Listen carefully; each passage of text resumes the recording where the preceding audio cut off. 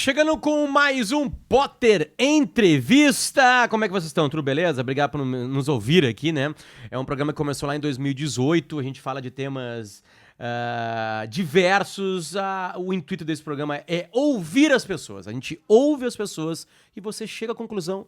Você que está ouvindo, você é muito mais capaz que o entrevistador aqui. Então você chega às suas conclusões, você fique brabo, você fique feliz, você que ratifique, você que retifique, é tudo com você. É para isso que existe o Potter Entrevista. A gente tá na temporada chamada Perdão e quem tá com a gente nela é a Cultura Inglesa. A nossa parceria Cultura Inglesa e a nossa parceira Cultura Inglesa é quem tá com a gente em mais essa edição do Potter Entrevista. Aliás, tá nos seus planos aí aprender ou melhorar inglês? Tá? E o dos filhos?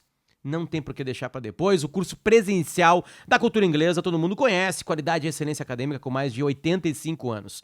E isso ensinando, óbvio, a língua inglesa. Tem também o curso semipresencial, que mistura aulas presenciais com atividades online. Daí, tem a modalidade ao vivo pela internet, para você poder estudar sem sair de casa. É diferente do inglês online, é inglês ao vivo, pela internet, com dias, horários e professores fixos. E um detalhe importante aqui, tanto o curso presencial como o semipresencial, lembrando que estamos gravando isso em outubro de 2020, estão acontecendo ao vivo pela internet durante o período do isolamento social.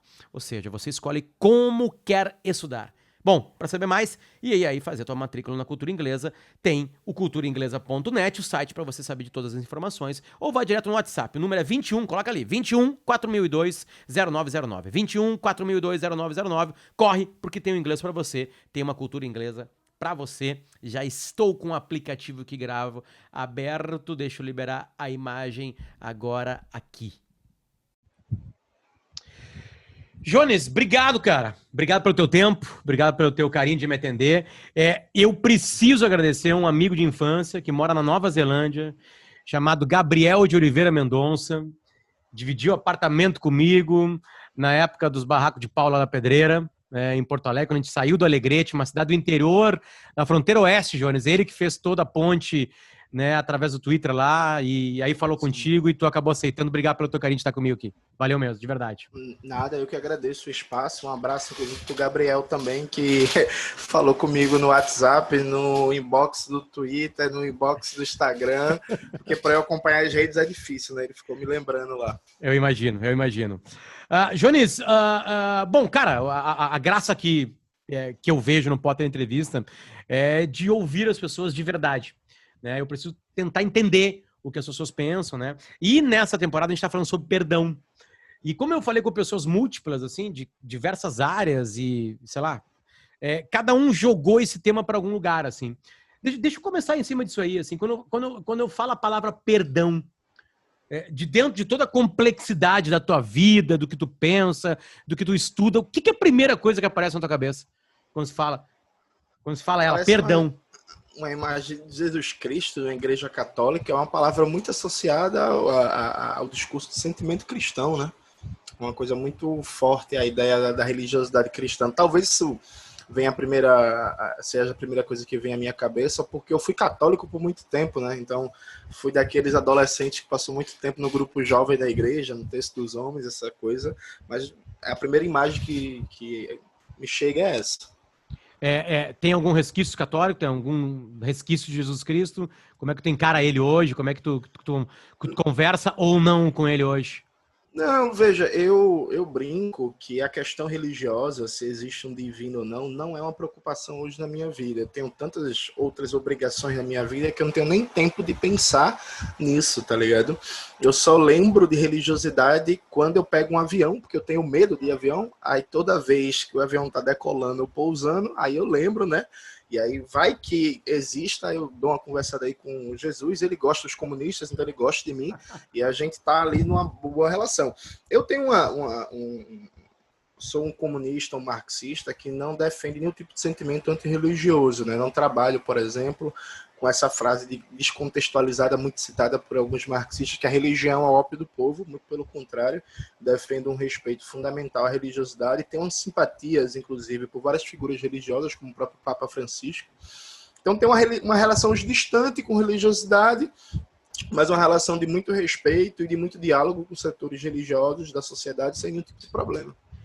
Jones, que eu vejo, assim, né, no Brasil, quase em todas as discussões, assim, tem discussão e discussão, né? Tem discussão com quem a Sim. gente concorda, tem discussão com quem a gente discorda.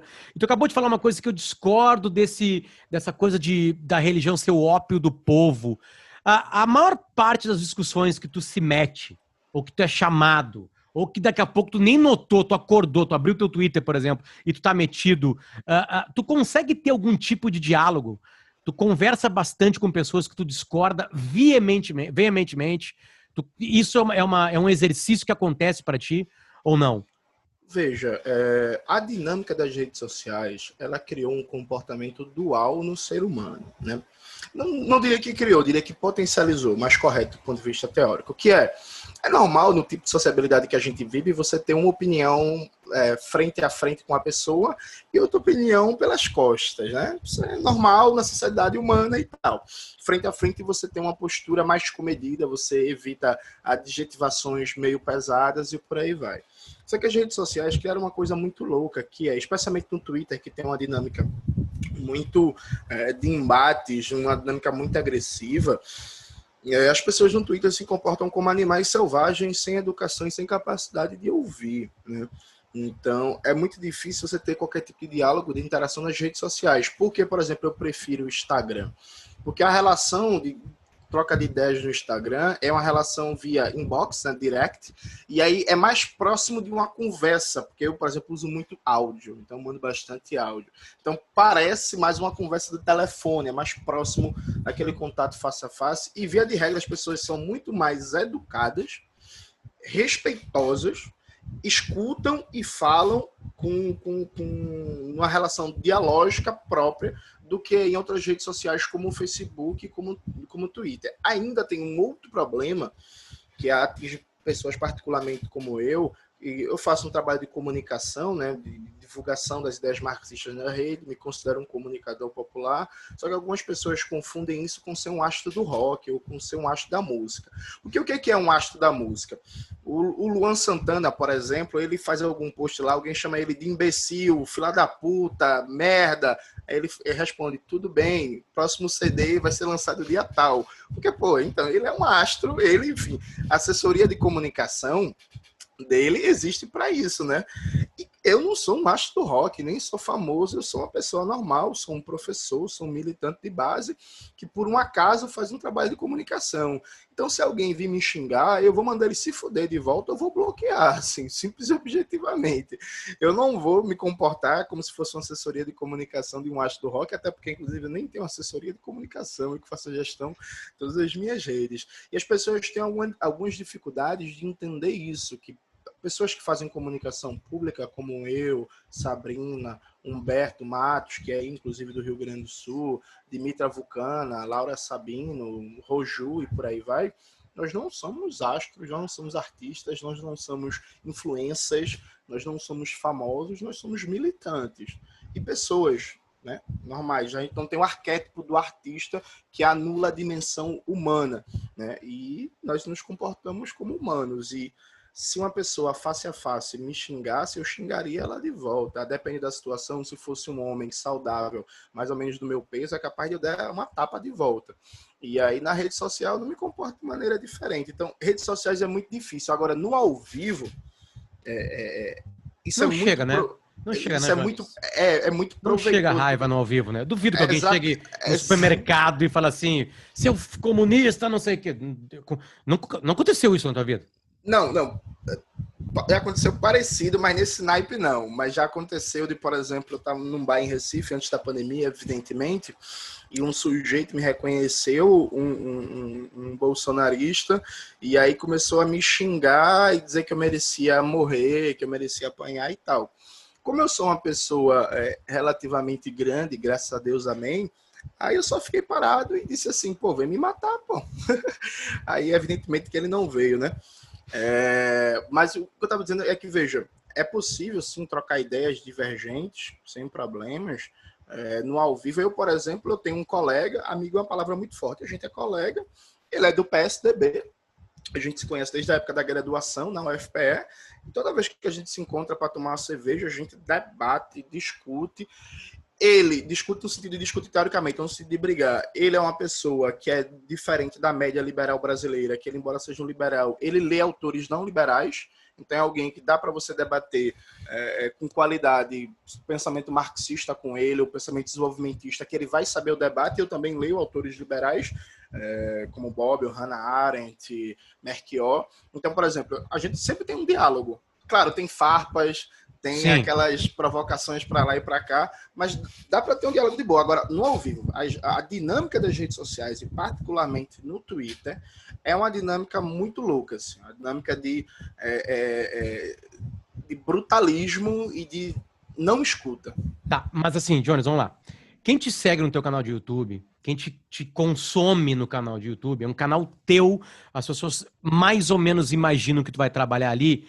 Ali, aparentemente, é algo resolvido, né? O Twitter, como tu falou, ali tem um embate. Tô citando só o Twitter aqui, porque podia ser Facebook, que é uma coisa, aliás, mais carnívora ainda. Ali é Tiranossauro Rex, é pior ainda. Esses dias eu entrei ali e saí de lá todo lanhado.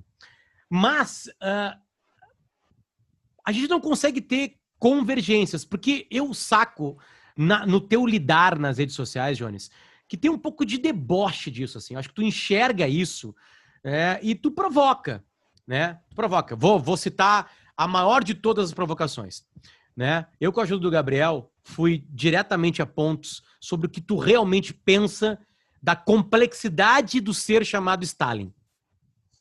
Certo? Tá lá.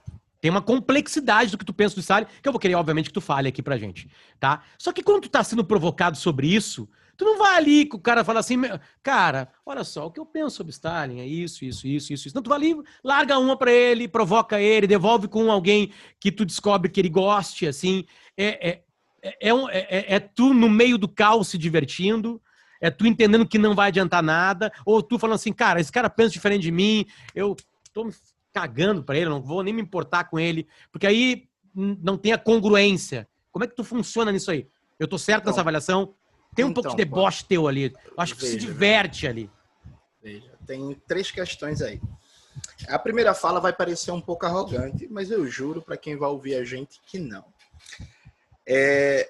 Eu tenho muita paciência com pessoas que têm dúvidas. Então, se a pessoa chegar e me perguntar alguma coisa, eu vou explicar pacientemente. Agora, quando não é uma dúvida, é uma certeza, eu tenho pouca paciência com indigência intelectual. O que eu chamo de indigência intelectual? Veja, recentemente eu comecei a conhecer um novo autor, né? Que eu comecei a ter contato agora, que é o Mark Fisher. E aí o Mark Fisher é inglês, né? E eu sempre tive, e aí como ele é inglês, eu desenvolvi uma curiosidade de saber o que é que o Mark Fisher pensava na época do governo do Tony Blair, aquele debate sobre terceira via do Tony Blair, lá dos anos 90, que hoje em dia quase ninguém lembra, mas na época foi um sucesso danado, acadêmico e político, o debate lá do Anthony Giddens e do Tony Blair da terceira via. E aí eu fui atrás, estou colhendo material, mandei um e-mail para um amigo que estuda o Mark Fisher, para pedir uma orientação, onde é que o Mark Fisher já falou disso e tal. Então veja, se eu quero saber a posição de alguém, eu tenho tarefa teórica de ir atrás, ler, entender, para depois abrir a boca, percebe? Nesse momento também eu estou me debruçando sobre o novo autor, que eu antes conhecia só de nome, agora eu estou estudando ele, que é o Alain Badiou. O Alain Badiou é um autor com uma obra gigantesca, eu estou lendo o Alain Badiou há 8 meses, e eu nunca falei publicamente do Alain Badiou, nunca gravei vídeo, nunca escrevi texto, nunca nada, porque eu só vou abrir a boca para falar alguma coisa do Badiou quando eu me sentir minimamente seguro de que, olha, eu, ainda que não leia toda a obra do cara, porque o filme cara tem 60 anos de produção, né, enfim, mas eu conheço o grosso da obra do Badiou. Aí eu vou abrir a boca. Assim como eu baixei ontem a dissertação, quer dizer, a tese de doutorado do Marco Lisboa, e eu vou ler, porque é um economista que eu sempre faço críticas aos artigos dele que saem na Folha de São Paulo, só que eu parto do pressuposto, para eu fazer críticas mais qualificadas, eu tenho que conhecer com maior sistematicidade o pensamento do cara. Então eu vou ler a tese de doutorado dele, assim como eu já te falei, eu leio os liberais.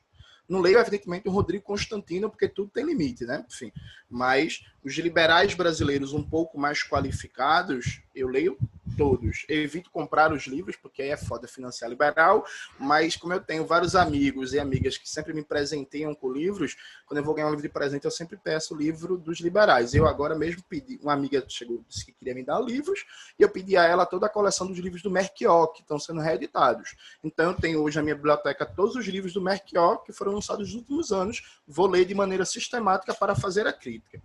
Se eu tenho essa postura, e aí eu tenho um mau costume, que minha mãe me ensinou, que eu cobro seriedade, um comportamento sério, quando eu tenho um comportamento sério. Então, se eu tenho essa seriedade, eu espero essa seriedade também as pessoas tenham comigo.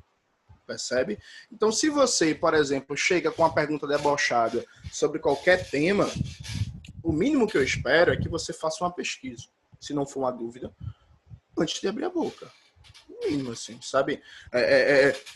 Quando saiu a entrevista na Folha de São Paulo, várias pessoas saíram falando, não, que Jones está reabilitando Stalin. O nível da indigência intelectual é tão grande que eu nunca gravei um vídeo do meu canal em mais de 3 anos de canal sobre Stalin. Eu nunca gravei um episódio do Revolu Show,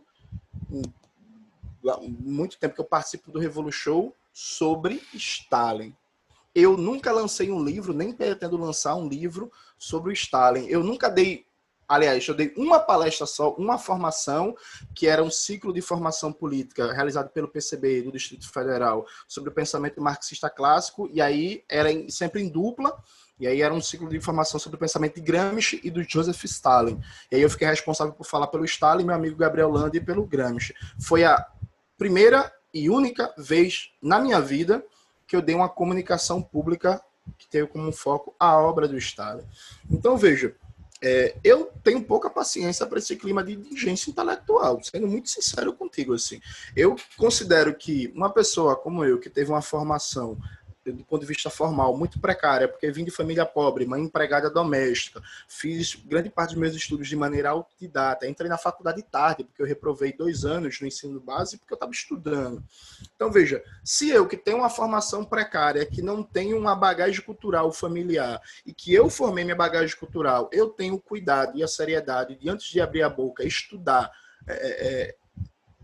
minimamente a posição de um autor antes de abrir a boca ou antes de escrever alguma coisa. Eu, por exemplo, estou com a tarefa que daqui para janeiro eu devo concluir, que é escrever algo sobre o Achille Mbembe, que é um autor que vem sendo muito comentado, falado por causa do conceito dele de necropolítica. Só que eu não vou escrever um artigo debatendo o conceito de necropolítica que eu discordo, lendo só o artigo que tem 25 páginas que fundamenta o conceito. Eu vou ter que ler, no mínimo, os principais livros do cara. Então, são 6 livros, eu comprei, estou lendo aos poucos, e em janeiro eu vou lançar um artigo. Então, é assim que eu trabalho, e é isso que eu exijo das pessoas. É isso que tu quer das pessoas. Perfeito. É isso que eu exijo das pessoas, sabe? Bom, É isso, Jones, objetivamente. Agora, veja, as outras 2 questões. por favor. Sim, minha personalidade é muito debochada, eu tenho um senso de deboche excessivo, inclusive em vários momentos eu diria. Talvez isso também dialogue com uma certa veia cômica e artística que eu tenho. Eu brinco que eu sou um ator frustrado, né? Fiz teatro por muito tempo e a carreira artística não deu certo, mas agora, quem sabe, já apareceu algum filme aí de Wagner Moura, em Marighella 2, e aí sim, eu sou excessivamente debochado, e sim, tem um elemento que eu gosto de chocar as sensibilidades liberais. Isso é assim, inegável. Eu gosto de chocar. Eu, por exemplo, hoje em dia eu faço isso menos, mas em 2017, 2018, eu falava muito da Coreia Popular, não só pela importância, e aí, aqui um parênteses importante, que eu até falei isso para o jornalista da Folha de São Paulo, ele cortou.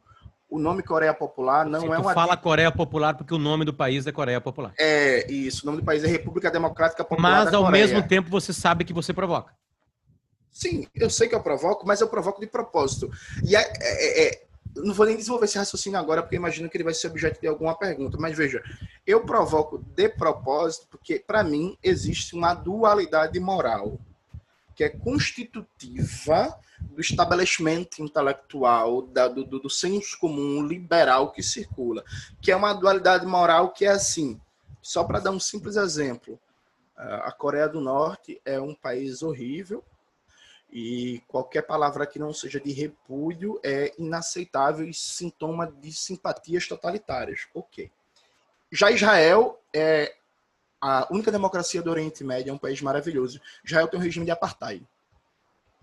Israel, objetivamente, tal qual a África do Sul, tem um regime de apartheid contra os palestinos, institucionalizado em lei, e que não é de hoje. A Hannah Arendt, que está longe de ser marxista, está longe de ser comunista, está longe de ser qualquer coisa disso, a Hannah Arendt já nos anos 60 denunciava o regime de etnocracia. Etnocracia significa governo de uma etnia. Então, Israel tem um regime de apartheid. Então, eu quero me perguntar por que um país como Coreia, um país como Venezuela, um país como Cuba, qualquer comentário que não seja uma condenação sumária, desperta certos choques morais, e louvar um país que tem um regime de apartheid racial e que promove um colonialismo de tipo clássico como Israel não é um problema. Ou então, por que não é um problema a Colômbia, país aqui vizinho, que é, em termos relativos, comparando o tamanho da população, é o campeão sul-americano de assassinato de jornalistas, assassinato de defensores dos direitos humanos, assassinato de sindicalistas, assassinato de militantes de esquerda, e o país que tem mais pessoas que migraram do país, não é a Venezuela, atenção ouvinte, é a Colômbia, é o país que mais tem pessoas que migraram do país por conta de pobreza, violência, enfim, a Colômbia tem 8 milhões de pessoas que saíram do país. Então, sobre qualquer prisma, de qualquer dado que você quiser, a Colômbia é o campeão sul-americano de violação dos direitos humanos. Como é um país historicamente governado pela direita, porque, inclusive, todo mundo de esquerda lá é assassinado, a Marcha Patriótica, por exemplo, foi um partido que todos foram assassinados. Foram mais de 4 mil pessoas mandadas para a vala na base da bala. A Colômbia não é debatida. Não existe choque moral quando algum comentarista de política internacional da Globo News fala que a Colômbia é uma ditadura com os maiores índices de violência política da América Latina e do mundo, né? Consequentemente, se você é um dos maiores da América Latina, você deve estar ali no top 20 e top 30 do mundo, percebe? Então, eu gosto de provocar, mas também debater teoricamente de maneira fundamentada, essa dualidade moral típica do liberalismo brasileiro e mundial, eu diria. Jones, então tá, assim, eu te acompanhei em algumas outras entrevistas, assim, sabe, e isso é interessante porque tu traz assim, olha, tu edita de alguma maneira, né, tu consegue editar muito bem. Entre aspas, eticamente, o ser humano, eu não tenho, é impossível, tá, é impossível, tô criando algo impossível, eu sou adeológico, nem existe a palavra, eu imagino, não tem ideologia. Aí eu olho pra Colômbia e gravo um vídeo no meu YouTube. A Colômbia é filha da mãe, faz isso com jornalista. Tu acabou de citar aqui algumas coisas. Aí eu olho pra Venezuela e gravo um vídeo criticando o governo venezuelano. É filho da mãe aqui. A edição faz com que o vídeo da Colômbia exista no teu canal, mas da Venezuela não exista. Eu não tô falando só sobre ti. É que eu acompanho nas pessoas. As pessoas escolhem um lado. Aí eu quero chegar onde eu queria chegar. Tu te considera pronto absolutamente tudo que tem na tua cabeça já formado, porque quando tu grava um vídeo, tu coloca ali certezas que eu não sei se são absolutas ou daquele momento da tua vida. Há a possibilidade de tu mudar de opinião sobre algo que tu pensa, né? Há a possibilidade de novos autores, novos estudos, de uma história que se move, se descobre outras coisas, mudarem a tua cabeça daqui, sei lá, daqui a 30 anos, eu não vou ir muito longe, tá, Jones? Eu não tô te procurando mesmo. Eu tô sendo absolutamente sincero contigo. De ser um Jones menos comunista, mais liberal, e tô falando isso pra ti porque tu é hoje isso. Tu já te considera pronto. Nada te sacode. Nada que tu lê, tu tá falando agora que tu tá lendo um monte de gente que não é exatamente aquelas pessoas que tu concorda. Nada te sacode, tu tá pronto já com a idade que tu tem. Ou tu tá sempre muito aberto. Há um Jones em movimento. Há 5 anos o Jones era muito mais, sei lá, comunista. Vamos lá. Primeiro, eu acho que tem uma questão aí, Potter, veja, que é a gente sempre pensar a questão pelo mundo real. No sentido do seguinte, do ponto de vista do plano ideal, por exemplo, do ponto de vista do plano ideal, a gente deveria repudiar todo tipo de violência e denunciar toda forma de autoritarismo. Correto? Acho que ninguém discorda disso, sabe? Sim. O plano ideal. Na prática, não é isso que acontece. Eu aposto com você que está ouvindo a gente, puxe de cabeça, sem olhar no Google, qual é o presidente do nome da Colômbia. Eu aposto que de quem está ouvindo esse podcast, acho que 80% a 90% não vão saber. Eu aposto, inclusive, que a imensa maioria dos que estão ouvindo esse podcast nunca ouviu falar o fato de que a Colômbia é o país que mais viola os direitos humanos sobre qualquer prisma analítico na América do Sul, ou que um partido chamado Marcha Patriótica teve todos os seus membros assassinados, ou que na Colômbia vários candidatos a presidente de esquerda ou centro-esquerda foram assassinados. Então, veja, ao mesmo tempo, Maduro está toda semana nos noticiários da mídia, né? Maduro. Então, assim, há uma disparidade porque há uma concentração de poder comunicacional e cultural de tal sorte que, por exemplo, a direita brasileira e mundial adora falar da fome na Ucrânia, na União Soviética, nos anos 30. Mas a imensa maioria dos brasileiros, inclusive os de formação de curso superior com altíssimo grau de escolaridade formal, nunca ouviu falar da fome no final dos anos 70, começo dos anos 80, em plena ditadura empresarial militar, que matou algo em torno de 3 a 4 milhões de brasileiros no Nordeste durante uma grande seca. Tu já tinha ouvido falar disso? Pronto, não tem memorial, não tem política de memória oficial, não tem feriado, não tem museu. Foram de 3 a 4 milhões de brasileiros, os números são incertos, porque oficialmente o governo nunca se dedicou a fazer uma pesquisa a fundo, mas se você entrar, por exemplo, na barra de busca de matérias históricas da Folha de São Paulo, do Jornal o Globo ou da revista Veja e colocar lá de 79 até 83, você vai ver várias matérias falando de milhares e milhões de mortes pela fome no Brasil há pouco tempo atrás, conterrâneos nossos, né? Entre 3 e 4 milhões. Para você ter uma ideia, fala-se que na Ucrânia, no auge do stalinismo, morreram de fome 3 milhões de pessoas. Se esses números forem realmente corretos, porque existe todo um debate sobre a impressão dos números, eles correspondem ao mesmo número de pessoas mortas aqui no Brasil de fome também. Percebe? Então, veja, eu tenho várias e várias discordâncias, por exemplo, com o governo da Venezuela. Eu sou comunista, o governo da Venezuela não é um governo comunista, o país não é socialista. Eu tenho pouquíssimas simpatias pela forma de sistema político da Coreia Popular, só que eu vou guardar minhas críticas para os espaços internos da própria esquerda, compreendendo que a gente vive num mundo de assimetria de poder comunicacional. Entendi. Vive num mundo de assimetria. No dia que a gente tiver uma democratização da mídia, do poder de comunicar, a democratização dos polos produtores da cultura, do conhecimento e da circulação desse, a gente pode fazer o debate em outro plano. Não é o caso do Brasil, Entendi. Que é um dos países que tem a maior concentração monopólica de informação do mundo. Até para os padrões capitalistas, a situação brasileira de concentração do poder comunicacional é absurda, inclusive se você comparar com um vizinho nosso, por exemplo, uma Argentina. Essa é a primeira coisa. A segunda coisa é o seguinte, veja, há uma representação caricatural, e eu não estou dizendo necessariamente que você fez isso, mas é uma representação caricatural do comunista. Que é o comunista, que é aquele cara meio bitolado, meio cego ideologicamente. Usei como figura de linguagem e Pronto. Usei porque, né, tipo assim, tipo assim, porque se tu fosse capitalista, falaria, tá pronto capitalista, vai mudar para ser nesse sentido.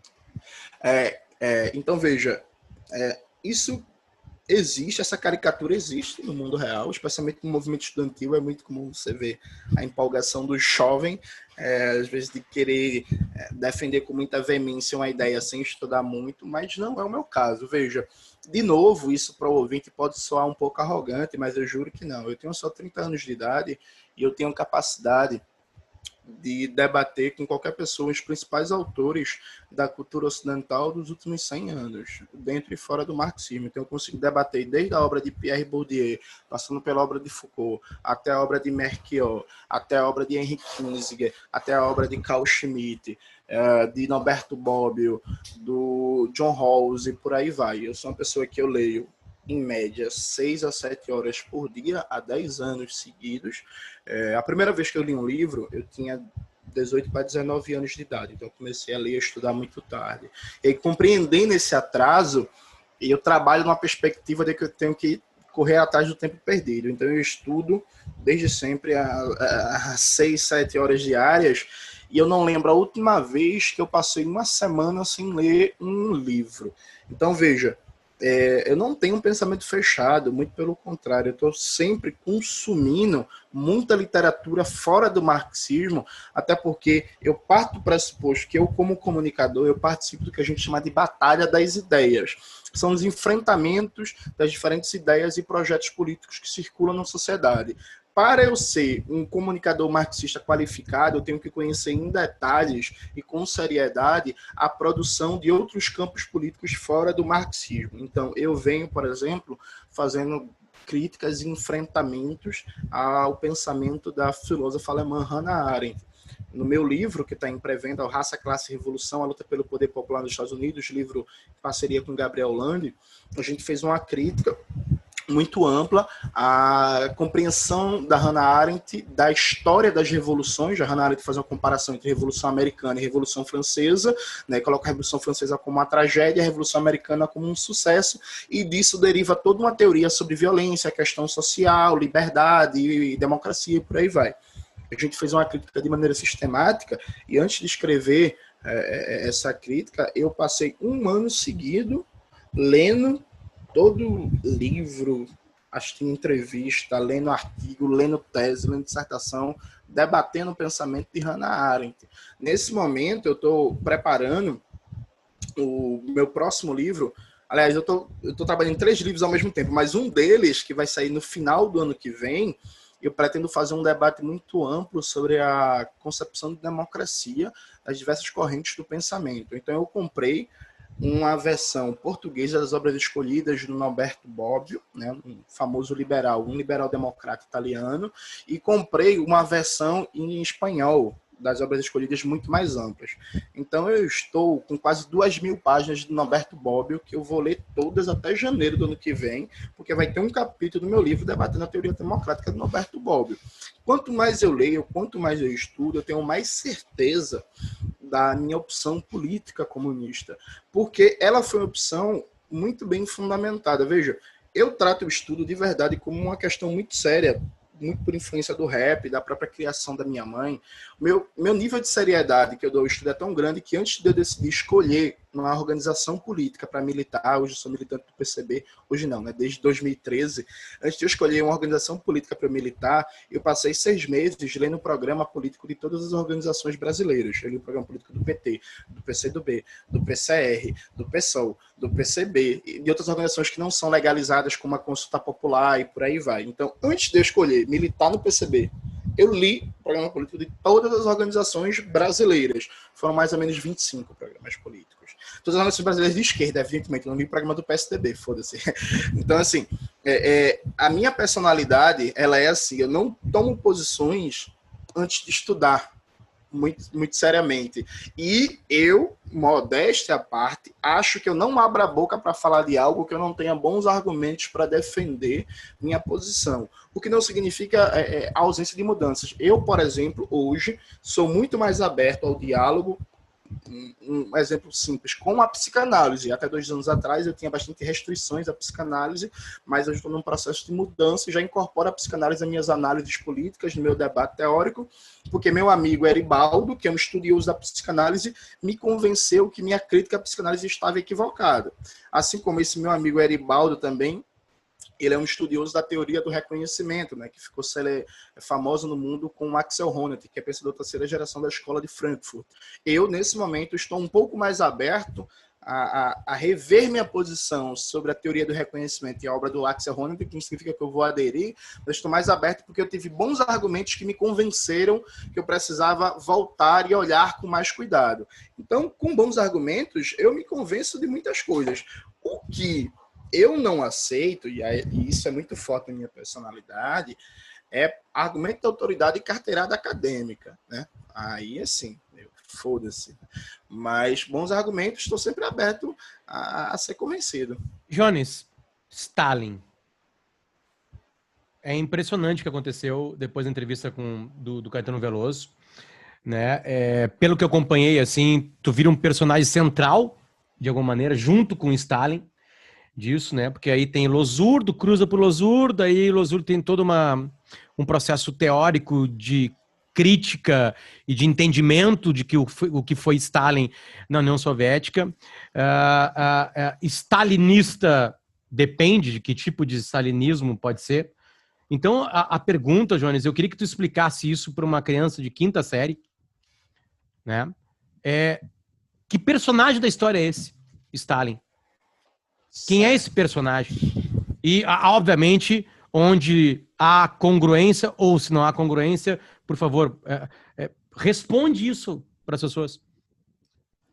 Então, veja, a questão é bem simples de entender. Primeiro, a fala de Caetano, ela despertou uma campanha de difamação. Foi isso que aconteceu, né? E aí, note, é muito interessante que o foco dessa campanha de difamação não foi o Caetano, né? Quem disse que era menos liberaloide, veja, eu nem uso a palavra liberaloide, inclusive. Se vocês repararem nas minhas redes sociais, das minhas entrevistas, eu nem uso essa palavra, eu uso uma palavra mais jocosa e mais divertida, que é fauna liberal. O que pode ser bom, né? Porque animais são coisas boas. E aí, note, foi o Caetano que deu a declaração. E o Caetano não citou Stalin nem a União Soviética. A fala do Caetano, ele fala que hoje ele tem uma visão mais respeitosa das experiências socialistas. Ele não disse qual, ele não disse de que período, ele não disse, inclusive, nem que experiência seria essa, ou se tinha exclusão nessas experiências. Por quê? Falar de experiência socialista não significa necessariamente falar da União Soviética, né? Você tem a Iugoslávia, você tem a Albânia, você tem a Coreia, você tem a China, você tem a Mongólia, você tem os países do leste europeu, você tem Cuba, sabe? Enfim. Então, o Caetano, ele não detalhou. Então, primeiro, não tinha Stalin, nem stalinismo no começo da conversa. Essa é a primeira coisa. Mas Lossurdo escreveu um livro sobre Stalin. Escreveu. No universo de 66 livros publicados em mais de 50 anos de produção, Lossurdo escreveu um livro sobre o Stalin. A obra lossurdiana não tem Stalin como um foco. Inclusive, eu estou debatendo essa calúnia de stalinismo na obra do Lossurdo, no novo livro dele que vai sair no Brasil, Colonialismo e Luta Anticolonial, Desafios para a Revolução Socialista no Século XXI, que eu faço a apresentação do livro, e aí eu peguei 20 páginas para debater essa calúnia de Lossurdo, stalinista ou neo-stalinista. Então, veja, Lossurdo é um autor de mais de 60 livros, mais de 2.000 artigos. Se você for colocar empilhado a obra do Lossurdo em papel, dá mais de 18.000 páginas, certo? E tem um livro sobre Stalin. Escrever um livro sobre Stalin não faz ninguém stalinista, afora que quase 100% dos comentários não leram o livro do Lossurdo sobre o Stalin. E é muito característico que os ataques e a campanha de difamação tenham vindo contra mim. Não contra Lossurdo, embora Lossurdo tenha sido caluniado com esse negócio de stalinista, mas não foi o centro, tenham vindo contra mim. Isso tem a ver com a minha condição de trabalhador, professor do Nordeste, preto, que não tem um título acadêmico de respaldo, no sentido de não ser ligado a uma instituição acadêmica. Eu fiz mestrado, fiz graduação, bacharelado e tal, mas eu não sou, por exemplo, um professor universitário que tem o brasão de universidade para estudar, não tenho posições importantes, mesmo estando fazendo sucesso, vendendo bastante livros. Eu continuo pobre, continuo morando na casa da periferia de Recife alugada, que eu pago R$800 de aluguel, então daí você dá para tirar a qualidade da casa. E isso criou uma verdadeira campanha de desconstrução de imagem e de histeria moral e casos concretamente de indigência intelectual, assim como eu gosto de falar carinhosamente, casos de delinquência intelectual. Um exemplo disso, Potter, por exemplo, foi quando eu vi a entrevista, lá, o debate, o podcast que vocês fizeram, alguma coisa para o Oeste, eu esqueci o nome, desculpa. Era uma vez no Oeste. Era uma vez no Oeste, que foi um debate em cima de uma entrevista. Para a Folha. Como jornalista, você sabe que entrevista como aquela é editada, e inclusive a entrevista foi tão mal editada que estava clara as edições. Aquela pergunta sobre Obama mesmo, por exemplo, estava claro que faltou um raciocínio ali. A não ser que alguém ache que eu tenho um raciocínio tão desconexo como aquele. O repórter fez uma edição, com todo respeito ao trabalho do repórter, porca. A edição foi muito ruim, porque eu dei entrevista num dia, a entrevista já saiu de um outro, porque tinha outras entrevistas para sair na revista Trip, na revista Piauí, e por aí vai. Ele não queria perder a exclusividade da revista, da entrevista, não se disse a primeira grande entrevista sair na Folha, então fez uma edição nas coxas, como a gente fala aqui em Recife, saiu uma edição porca. Então, veja, foi um debate em cima de uma entrevista editada, e eu falei aos quatro ventos o quanto a entrevista foi editada e mal editada, e um debate que, por exemplo, teve um momento que alguém falou assim, anticolonialismo, o que é esse anticolonialismo? A pessoa que fez o comentário claramente não sabia o que se trata o debate sobre luta anticolonial e o debate sobre colonialismo. Assim, isso ficou transparente e cristalino. Então se criou toda uma série de telefones sem fios e por aí vai. E é aqui que é importante. Há 3 questões em torno do Stalin. Primeira questão, e eu dei uma resposta de 7 minutos para a Folha de São Paulo e que não saiu nada, que é o seguinte, veja, o Stalin não é repudiado pelos atos de violência cometidos no seu governo, que ninguém nega. Essa é a primeira coisa, isso é um falso debate. Negacionismo, ninguém nega. Nem Domênico Lussurdo, nem eu, nem nenhum comunista que eu conheço nega os atos de violência e repressão do governo do Stalin. Mas eu disse à Folha de São Paulo e argumentei longamente que Stalin não é repudiado pelos atos de violência, mas sim por ser participe do movimento comunista, dando como exemplo, por exemplo, o general Charles de Gaulle foi comandante da França durante a Guerra da Argélia, que matou 1 milhão de argelinos. Inclusive, uma guerra com características genocidas, violando a legislação internacional, o Tratado de Genebra, que não fazia distinção entre civis e soldados, né, e militantes da Frente Nacional de Libertação, e que desenvolveu um aparato de tortura que ficou famoso mundialmente como método francês de tortura, que inclusive foi depois exportado para a América Latina e serviu para criar técnicas de tortura, por exemplo, na ditadura militar brasileira. Tema muito bem trabalhado por vários filmes do cinema francês, ou então pela obra do teórico e psicanalista e revolucionário Frantz Fanon. Então, Charles de Gaulle mandou um governo responsável pela morte de 1 milhão de pessoas. Charles de Gaulle ele não é considerado um assassino genocida. O Benjamin Disraeli, primeiro-ministro do Reino Unido, um famoso estadista, um dos mais famosos da história da Inglaterra, ele também comandava o Império Inglês no seu processo de aprofundamento da colonização, que foi responsável só na Índia pela morte de 2 milhões de pessoas. Israel, inclusive, trabalhava no discurso abertamente e claro de superioridade racial. Israel defendia a ideia de raças inferiores, via os indianos, os chineses como raças inferiores que poderiam ser mortos, sim, para glória e honra do Império Inglês e da rainha.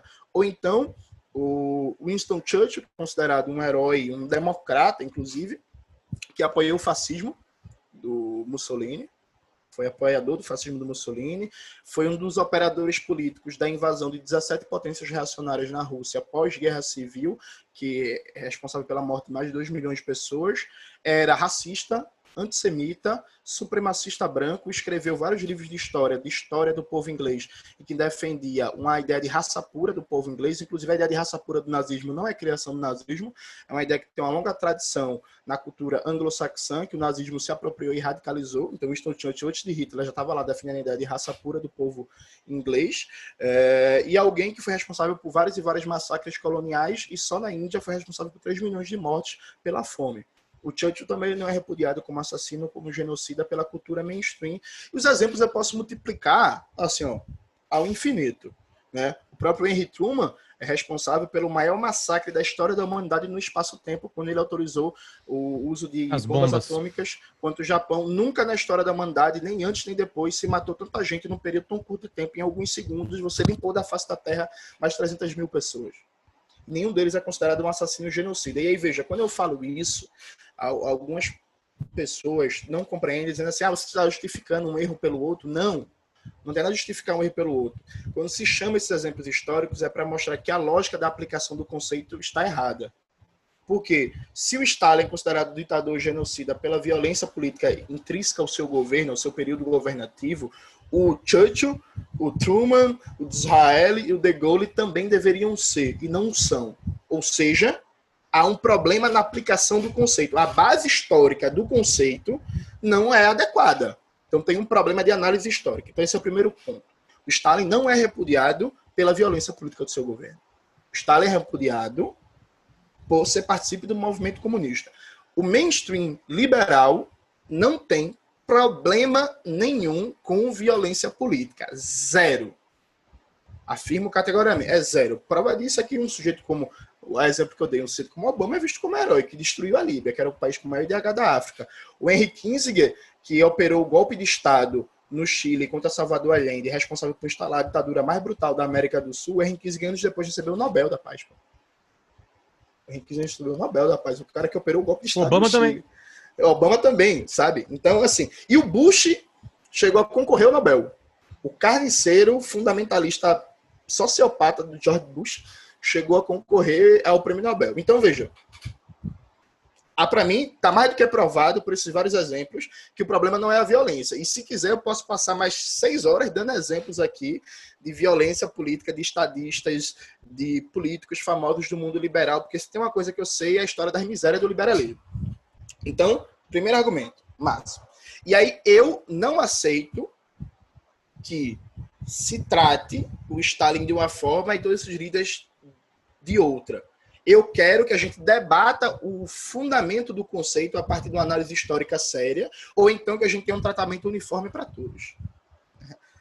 Esse é o primeiro ponto. Segundo ponto, existe um padrão de compreensão da União Soviética montado durante o período da Guerra Fria, que tem 2 polos fundamentais, que é as produções literárias do inglês George Orwell, né, fundamentalmente em 1984, a Revolução dos Bichos, e a obra da filósofa alemã Hannah Arendt, As Origens do Totalitarismo. Eu recuso um decalque do livro do George Orwell, especialmente em 1984, para entender a União Soviética. E nesse ponto, com todo respeito, não precisa nem argumentar muito, porque é um livro de literatura, então quem toma um livro de literatura como espelhamento analítico de uma sociedade, sabe? Santo Deus do céu, sabe? É isso, é literatura, assim, pode ser boa, pode ser ruim. Eu acho um novelão. Eu acho que o livro de George Orwell tem uma cara de malhação da porra, mas assim, você pode achar bom, você pode achar ruim, você não pode confundir literatura com análise sociológica. Quanto a Hannah Arendt, eu discordo da abordagem dela. E essa discordância está registrada em vários livros, em vários textos, em podcasts, em vídeos, lá. Então, veja, eu discordo da abordagem da Hannah Arendt. Por quê? E aqui vem a coisa interessante, que lá não Era Uma Vez no Oeste, não foi captado. Um dos fundamentos da análise de Hannah Arendt é considerar que o nazismo e o socialismo soviético são sistemas gêmeos, facsílimes, do mesmo tipo, que é o totalitarismo. Essa análise tem como pressuposto uma compreensão histórica totalmente equivocada e falseada, que é desconsiderar que as chamadas instituições totais, o que a Hannah Arendt chama de práticas totalitárias do poder, foram criação do Ocidente liberal. O campo de concentração não foi criação nem de Stalin nem de Hitler. O campo de concentração foi uma criação do colonialismo europeu em África. Técnicas de extermínio em massa, em escala industrial, não foi uma criação do Hitler, que criou os fornos lá, as câmaras de gás para matar. Não, foi uma criação do colonialismo europeu, seu processo de colonização, inclusive defendido por todos os liberais da época. O famoso Alex Tocqueville, liberal autor do livro A Democracia na América, ele defendeu abertamente a colonização da França no Maghreb, que fica ali no norte da África, afirmando textualmente, abro aspas, tornamos a sociedade árabe mais pobre, mais miserável e mais degradada. Mas isso não deve fazer com que se pare a empresa colonial de trazer esses povos para a civilização. Nenhuma consideração moral deve parar a iniciativa francesa e nenhuma resistência a eliminar mulheres, crianças e velhos podem ser levantadas. Isso é Alex Tocqueville na metade do século XIX, justificando a colonização francesa na África. Percebe? Então, ou então o Congo. A própria Hannah Arendt, inclusive na primeira parte das origens do totalitarismo, fala que a população do Congo, ela usa um eufemismo safado, ela fala que a população foi reduzida. A colonização belga reduziu a população do Congo de 30 milhões de pessoas a 8 milhões. Pessoas. Tem um livro fantástico, O Fantasma do Rei Leopoldo, que mostra, dentre outras coisas, o que é que os colonizadores belgas faziam. Pegavam as mulheres e as crianças, deixavam presas e mandavam os homens para as minas trabalharem à força. Se eles não atingissem a cota de produtividade diária que eles tinham, algum membro, algum braço, um dedo do pé, um dedo na mão, até um pé, de uma filha, de uma esposa dele era cortado, ou então a esposa ou a filha era estuprada na frente dele, para no outro dia ele ter estímulo para cumprir as cotas de produtividade. Sabe o que ia acontecer isso na escala de um país? Era o que acontecia no Congo. Sabe? Então, quando a Hannah Arendt exclui o mundo colonial da sua narrativa para construir a categoria de totalitarismo, ela inviabiliza essa categoria enquanto fundo analítico, simples e objetivamente, sabe?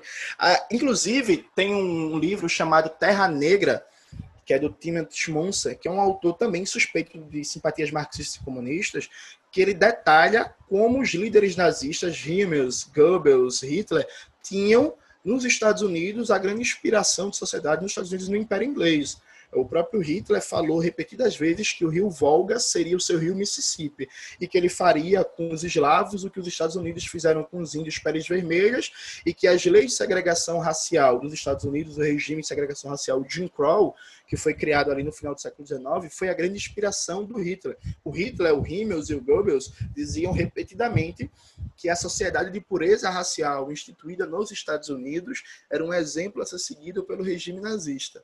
Então, você tira tudo isso da história. Então, e aí veja, Potter, qual é a gravidade dessa operação?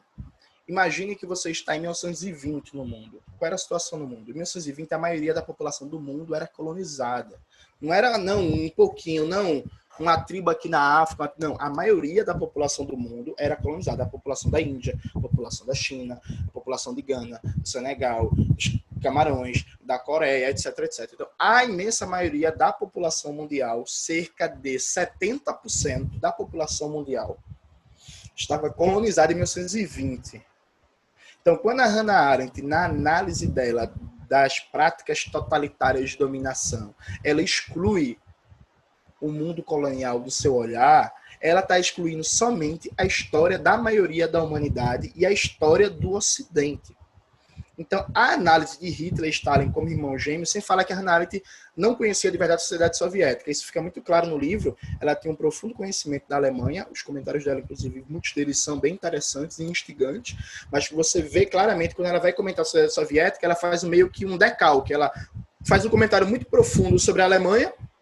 Em seguida fala, não, no estilo meio, na União Soviética é parecido, igual ou pior, sabe?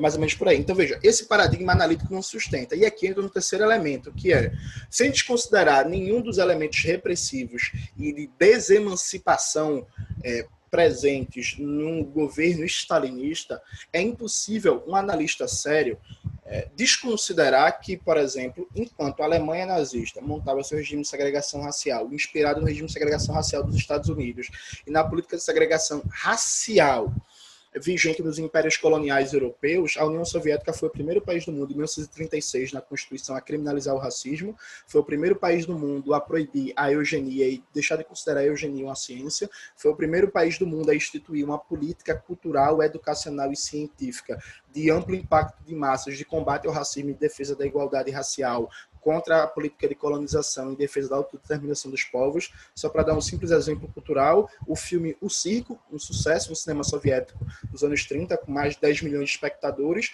é basicamente um panfleto antirracista, uma propaganda antirracista em defesa da igualdade racial. Quando a União Soviética fez isso, a União Soviética estava marchando na contramão do mundo. Aí, no programa lá do Oeste, a pessoa falou assim, mas o Stalin perseguiu minorias nacionais e a Ucrânia. Veja, existe todo um longo debate com isso, um debate muito amplo que, enfim, poderia citar vários autores, mas existe uma literatura consolidada que mostra que o problema dos ucranianos com o governo stalinista não foi particularmente com os ucranianos, então não existem características de perseguição étnica, até porque, inclusive, o grupo nacional étnico mais perseguido durante o regime stalinista foram os próprios russos, sobre qualquer prisma de condenados, de presos, de assassinados, fuzilados pelo Estado, foram os russos. Então não existe uma característica. E existe todo um debate sobre a União Soviética como o primeiro país do mundo a adotar ações afirmativas para grupos étnicos marginalizados. E esse debate passa desde o clássico do Horace Davis, O Marxismo e a Questão Nacional, professor da Universidade de Yale, lançado nos anos 70, até livros mais recentes, como o do Martin Wallace. Então, existe toda uma literatura que mostra que, embora a União Soviética teve vários problemas, ela foi, sim, à sua época, o país de maior avanço em termos de política, de igualdade racial, política anticolonial. Para ficar apenas em um exemplo, o Du Bois, que é o maior intelectual da história dos Estados Unidos, o Du Bois ele defendia a política da União Soviética, reconhecendo todos e cada um dos seus problemas, mas ele dizia que quando se queria pensar em totalitarismo e regime de terror, não se deveria pensar na União Soviética para um negro, para um africano, para um asiático, para um indiano, para o árabe. Se deveria pensar no sul dos Estados Unidos, com regime de segregação racial e com liberdade total de atuação dos grupos da Ku Klux Klan e dos grupos supremacistas brancos, que, segundo o livro da Angela Davis, Mulher, Raça e Classe, mataram, do final do século XIX até 1915, 10 mil pessoas. Em sua maioria enforcadas, queimadas vivas, estripadas e por aí vai, com inclusive anúncios de jornal. Tinha um bagulho de anúncio de jornal. Hoje vamos matar um preto, venha com a família toda. Aí mulheres, crianças e tal, para a praça pública, ver o espetáculo de degolar, de cortar a cabeça, de cortar os testículos de uma pessoa negra. E isso só parou, enquanto espetáculo público, porque o movimento comunista dos Estados Unidos e a denúncia da União Soviética criou uma campanha mundial contra o linchamento de negros, e aí deixou de se realizar isso como evento público. Inclusive, esses próprios negros chamavam o Stalin de o novo Abraham Lincoln, compreendendo que o Lincoln da Guerra Civil acabou com a escravidão e agora Stalin quer o novo Lincoln e ajudar o povo negro a acabar com a discriminação racial. Eu não consigo jogar na lata do lixo uma história de luta, e eu só dei um exemplo, eu poderia dar muitos outros, como essa, desconsiderando que milhões de pessoas no mundo viam o governo da União Soviética, o projeto político ali construído, como uma alternativa de emancipação e de liberdade, e que vários e vários teóricos intelectuais de peso, de vulto mundial, também, quando queriam olhar a máxima expressão de barbárie e de opressão, não olhavam para a União Soviética, mas sim para algum império colonial ocidental ou para o próprio Estados Unidos. Desconsiderar isso é inaceitável, e a meu ver é uma propaganda anticomunista, e ao mesmo tempo considerar não significa dizer assim, o lado bom de um projeto ruim. Não, significa analisar em sua totalidade a complexidade do fenômeno. Porque, note, Potter, há um processo reducionista quando se fala das experiências socialistas, que é, só um exemplo básico. Note, a gente vive no Brasil em que o discurso oficial é que a gente vive uma democracia. Quando se diz que a gente vive uma democracia, está se negritando que existe um protocolo eleitoral, né, fundamentado no voto livre e direto, livre do ponto de vista jurídico formal, e que os representantes são eleitos. Destacar que a gente vive uma democracia significa desconsiderar ou não dar o mesmo peso teórico do protocolo eleitoral a coisas como a gente tem a polícia que mais mata no mundo, ou ter mais de 300 mil pessoas encarceradas sem nem sequer passar por julgamento. Então, se tem uma boa vontade, percebeu a boa vontade? Claro. É uma boa vontade teórica, pô. A gente vive uma democracia, né? Tranquilo. Ainda tem a polícia que mais mata no mundo, é um dos países com maior índice de assassinato de lideranças indígenas, camponeses e quilombolas, tem um sistema penal que encarcera 800 mil pessoas e que é ilegal, desde a Constituição até a lei de execução penais. Então, do ponto de vista, se você tem um sistema carcerário que é ilegal e que não funciona respeitando a lei e os princípios de direitos humanos, a gente pode até falar em campos de concentração. Mas a gente tem uma democracia, então existe uma boa vontade. E ninguém se indigna de chamar isso de democracia a despeito de todos esses dados, que são, inclusive, não considerados, em sua maioria, no debate público. Já quando é com alguma experiência socialista, parece que se você não ficar falando em morte,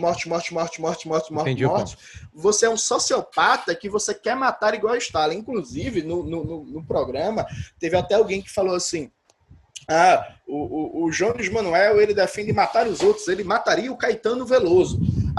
E aqui, note, isso é engraçado, porque, veja, no próprio programa, alguém defendeu o governo dos Estados Unidos, e eu não vou pressupor que a pessoa que defendeu o governo dos Estados Unidos defende estuprar crianças, porque o governo dos Estados Unidos tem um campo de concentração para 100 mil crianças, denúncia pela ONU, vocês podem botar no Google, ONU denuncia campo de concentração para imigrantes nos Estados Unidos. Tem um campo de concentração de 100 mil crianças que o relatório da ONU denuncia os Estados Unidos por abuso sexual de crianças, espancamento, falta de alimentação. O responsável pela política migratória do governo Donald Trump é o Stephen Miller, que é um nazista.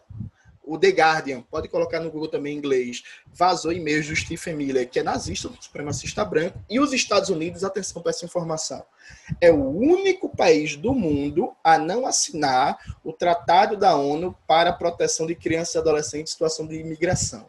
O único país do mundo. Até os sociopatas da Arábia Saudita ratificaram o Tratado da ONU para a proteção da criança e adolescente em situação de imigração. Estados Unidos é o único país do mundo, então essa é parte integrante da sociedade americana. Quando alguém elogia o governo dos Estados Unidos, tem a sociedade como exemplo, eu não vou pressupor que essa pessoa deseja trancar crianças em campos de concentração. Então eu queria entender por que eu fazer uma análise da totalidade da experiência soviética, considerando seus elementos de emancipação e desemancipação, colocando seu contexto histórico, procurando uma análise objetiva, complexidade. Significa insinuar que eu quero repetir os processos de Moscou em Recife, ou que eu gostaria de matar o Caetano Veloso, como foi dito no programa de maneira, inclusive, irresponsável. Eu gostaria de entender isso, e o que eu faço justamente é questionar essa narrativa, que para mim está muito claro que é o seguinte, veja, é ideológica no sentido de falsear o debate, no sentido de uma falsa consciência, porque não existe o mesmo critério teórico. Isso eu friso. Não existe o mesmo critério teórico, vamos lá, está em moda, para os dois lados da coisa. Jones, não existe o mesmo critério teórico. A tua resposta agora, se foi esse o tamanho da resposta para a Folha de São Paulo, não é que eles editaram, eles extirparam, eles destruíram. Bom, Jones, tu colocou muito claramente todas as tuas ideias, né? Tipo assim, tá muito claro isso tudo. Só que eu preciso saber, porque assim, tipo assim, são as tuas avaliações em cima de, sei lá, milhares de páginas lidas, né? Ainda a serem lidas, como tu deixou bem claro aqui, né? Para chegar às tuas conclusões. Mas eu preciso saber que nesse ponto da vida, o que tu pensa que dá para fazer? Faz de conta que tu ganhou o Brasil de presente, Jones. O que eleição se pode... 2026, eu vou ser eleito presidente. Ótimo. 2026, Jones presidente, foi lá, aparentemente vencendo Bolsonaro, alguém da família dele, né? No segundo turno mais encardido da história do Brasil, o Jones vence. O que se faz? O que de tudo isso de teoria que tu pegou, obviamente, muita teoria apoiada em coisas que aconteceram, em coisas, né, ideias que podem acontecer. O que é esse Brasil pra ti? Eu já te ouvi respondendo alguma coisa parecida com isso. Tu fala assim, olha, eu ia chegar e ia tentar fazer tal coisa e não ia me deixar fazer.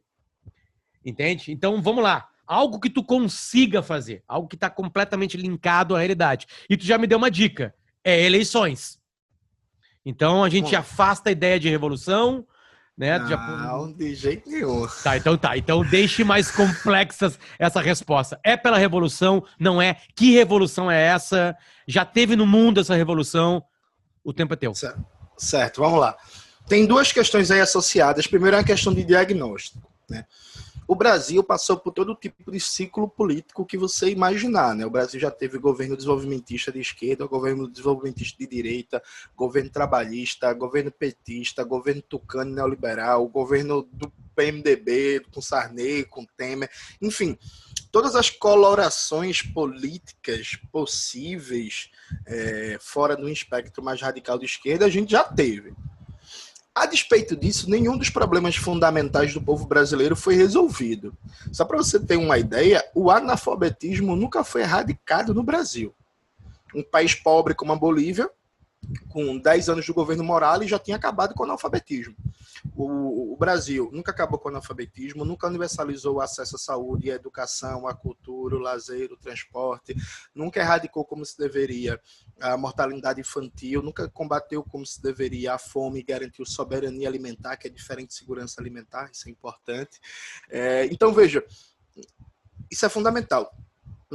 Se a gente for pensar enquanto país, né, 520 anos de história, tendo uma abordagem mais ampla do processo de formação do Brasil, enquanto república a gente tem quase 150 anos e nenhum dos problemas fundamentais do povo brasileiro foi resolvido. E quando eu digo nenhum, é nenhum.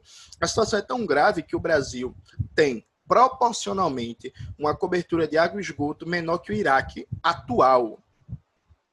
Depois de 10 anos, 15 anos dos Estados Unidos jogando bomba todo dia no Iraque, destruindo o país. O Iraque tem uma cobertura de água e esgoto proporcional vis-à-vis o tamanho do território e da população maior do que o Brasil. Então, assim, esse é o nível do nosso drama. A gente tem um país que é um país bárbaro sobre diversos aspectos, e não é bárbaro só comparando com os países centrais do capitalismo, com a Europa Ocidental, até comparado com os nossos vizinhos, percebe? Os níveis de desigualdade e de falta de acesso a direitos fundamentais básicos ou de violência policial, se você, de novo, for comparar com a Argentina, o Brasil está numa situação inacreditável. Como diria o grande Nelson Werneck Sodré, o nosso país é um monumento à desigualdade social. Então, compreender esse diagnóstico, eu acho que isso é fundamental. O problema do Brasil não é falta de políticas públicas, não é falta de desenvolvimento econômico, não é falta de desenvolvimento econômico com desenvolvimento social, não é porque falta um partido com sensibilidade social, até porque o PT já teve lá.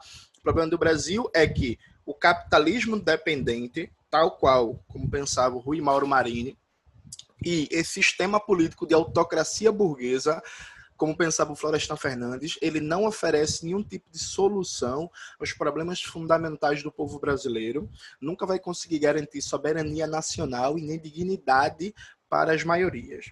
Isso posto, a solução para isso é simplesmente destruir o capitalismo dependente a partir de uma estratégia revolucionária de criação do poder popular. O que significa isso?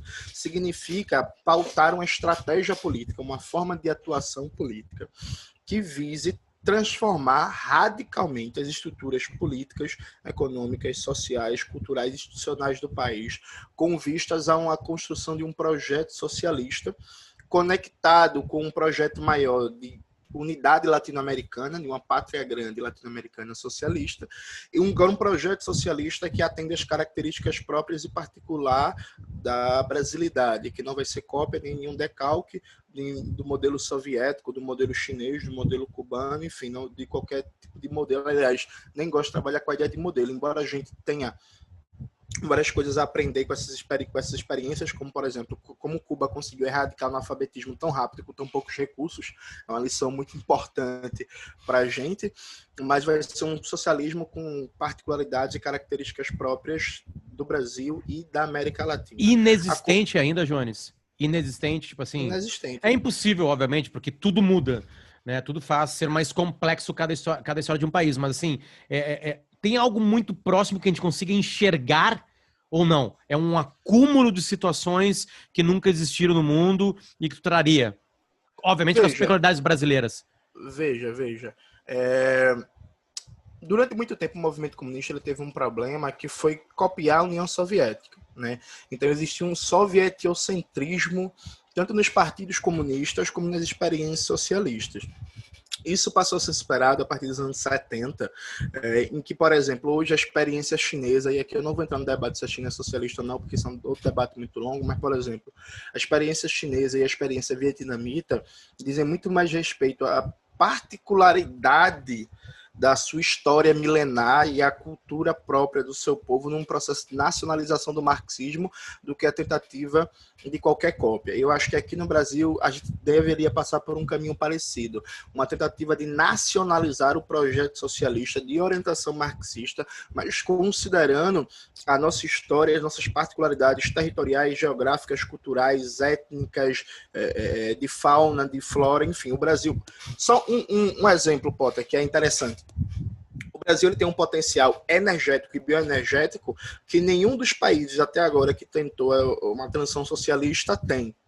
Então, do ponto de vista da construção econômica de um projeto socialista, a gente teria algumas particularidades e potencialidades que nenhum país até agora desfrutou. O Brasil, enquanto país, se tomasse a opção por ser autossuficiente em energia limpa e renovável, aproveitando a energia de biomassa e várias outras fontes limpas e alternativas, reduzindo cada vez mais o impacto ambiental, que inclusive existe até nas fontes de energia limpa e renovável, como é o caso da eólica, a gente tem um potencial econômico de gerar energia de baixo impacto ambiental que Cuba nem sonha em ter, que o Vietnã não tem, que a Coreia Popular não tem, que a Iugoslávia nunca teve e por aí vai.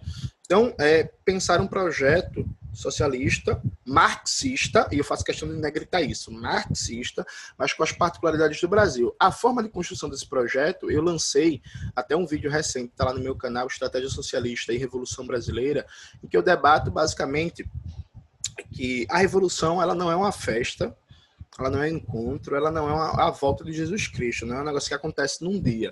Ela é uma construção política. Surge uma situação revolucionária num país quando você tem milhares de pessoas, homens e mulheres, lutando por essa revolução, organizações revolucionárias que coloquem na ordem do dia essa transformação radical do país e que em todas as esferas de atuação política, sindicalismo, movimento estudantil, movimento de cultura, movimentos populares, coloque a perspectiva de transcender, de superar o capitalismo e a democracia liberal. Esse processo não descarta as eleições.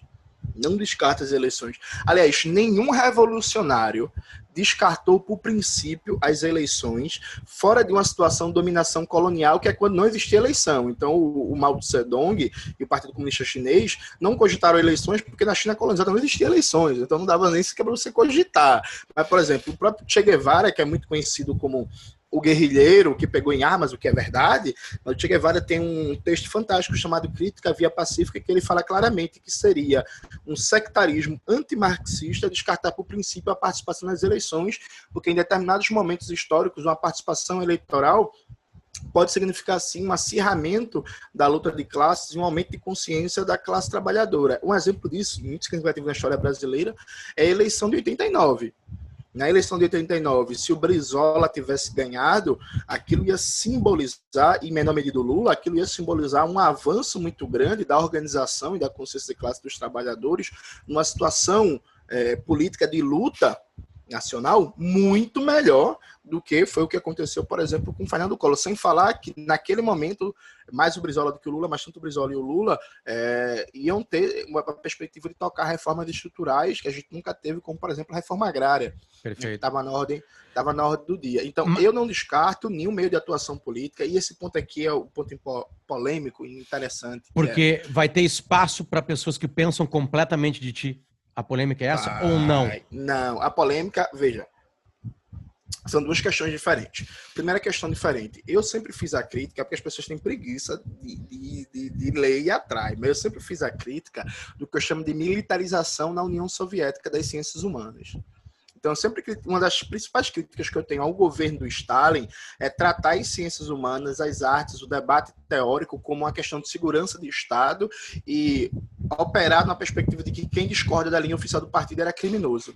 Eu tenho, inclusive, um vídeo no meu canal com quase 40 mil acessos em que eu falo abertamente que isso é não só errado do ponto de vista da democracia socialista, como isso foi um dos motivos da derrubada da União Soviética, porque empobreceu o pensamento crítico dentro da União Soviética e, consequentemente, fez com que a liderança do país fosse mais incapaz de compreender as dinâmicas de enfrentamento geopolíticas do mundo e se defender da ofensiva dos Estados Unidos.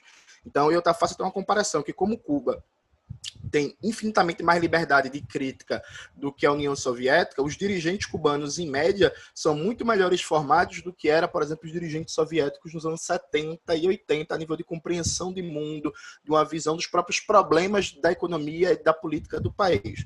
Então, veja, não tem problema nenhum a ideia da divergência do pensamento. Também não acho que na Revolução, até porque não é isso que acontece, todo mundo no outro dia vai virar marxista, vai continuar existindo liberal, vai continuar existindo social-democrata, vai continuar existindo anarquista, e as pessoas têm que ter, sim, liberdade de atuar. Agora, não pode ter liberdade para contra-revolução. E aqui que vem a parte importante e polêmica. Recortaram um vídeo meu de um debate que eu fiz, com um debate de 2 horas, e aí cortaram uma parte de 55 segundos exatamente, em que eu falo que eu sou, por princípio, contra a pena de morte, mas numa situação revolucionária, frente a crimes contra-revolucionários, eu defendo, sim, como expediente tático, não permanente, o uso da pena de morte contra crimes contra-revolucionários. Veja, qualquer país do mundo, inclusive o tão adorado Estados Unidos, tem a pena de morte como contra crimes de subversão do Estado. Então, se eu, João, vamos dizer, se eu tenho dinheiro, se eu tivesse dinheiro, fosse o caso, e eu financiasse uma organização política nos Estados Unidos para derrubar o governo dos Estados Unidos, as pessoas que fossem pegas lá seriam condenadas à morte ou, no mínimo, à prisão perpétua. E eu, provavelmente, seria preso. O que é que está acontecendo com o Edward Snowden? O Julian Assange. O Julian Assange divulgou uma série de documentos. O site dele não era nos Estados Unidos, ele não é cidadão estadunidense, e mesmo assim está sendo usado uma jurisdição extraterritorial mundial para deportar o Assange para os Estados Unidos, para ele ser preso de acordo com a lei estadunidense, inclusive ser jogado na prisão perpétua. Então, note, na política não tem brincadeira. Na política não tem brincadeira. Eu gostaria muito que fosse possível fazer uma série de transformações a partir só de movimentos de massa. A realidade da América Latina, que não sou eu que escolhi, eu inclusive luto contra isso, é que na América Latina os mais tímidos projetos de mudança social, eles são afogados em sangue.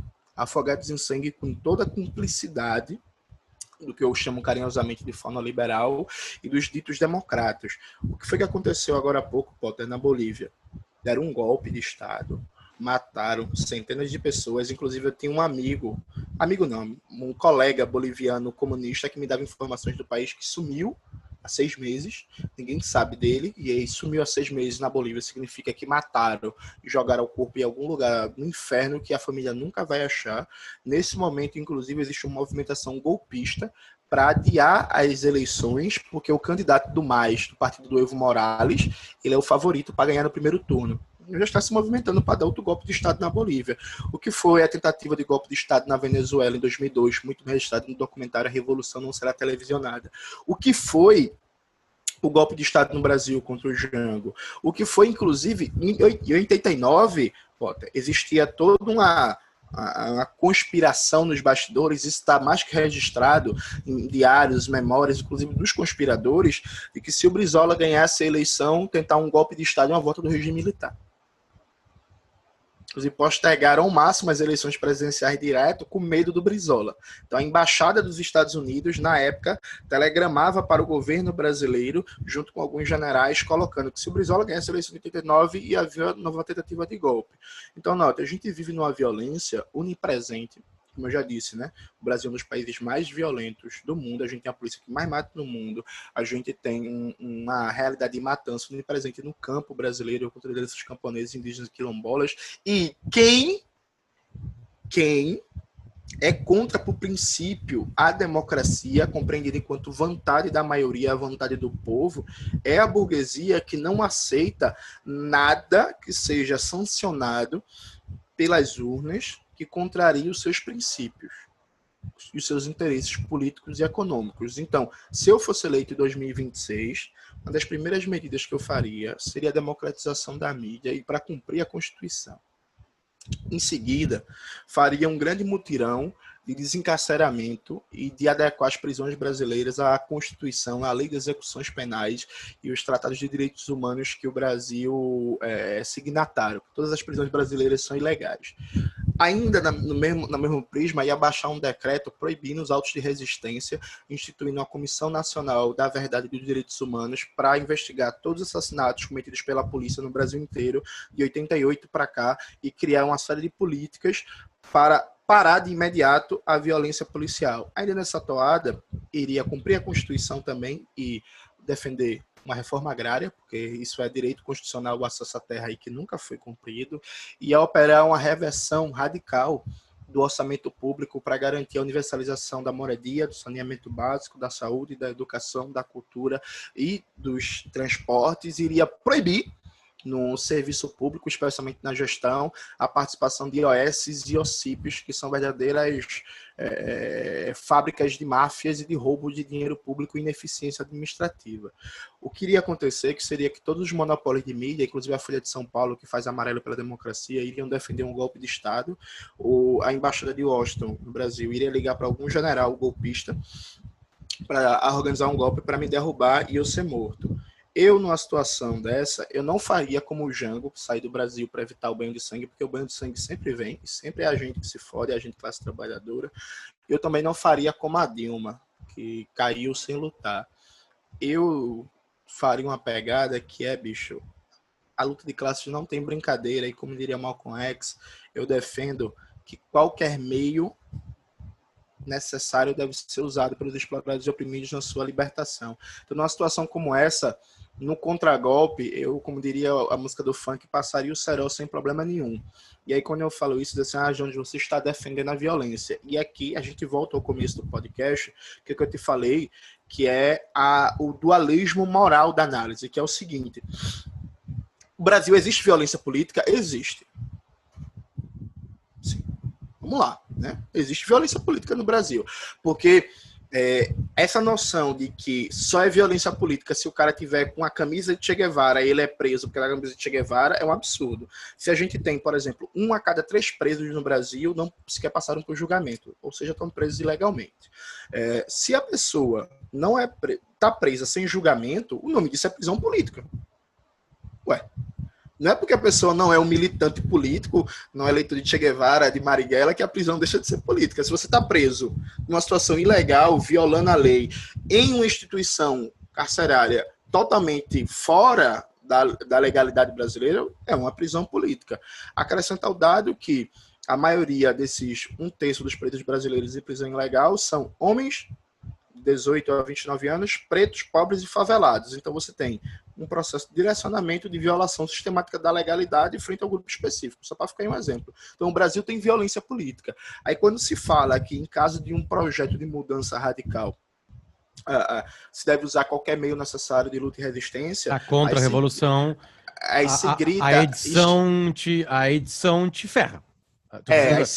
Aí se grita escandalizado dizendo assim, Jones, meu Deus, está defendendo a violência na política. Ele defende violência. E aí eu até brinco, velho, que parece que a culpa foi minha, porque... Não, Potter, tem uma coisa aqui que é muito importante a gente sempre pensar.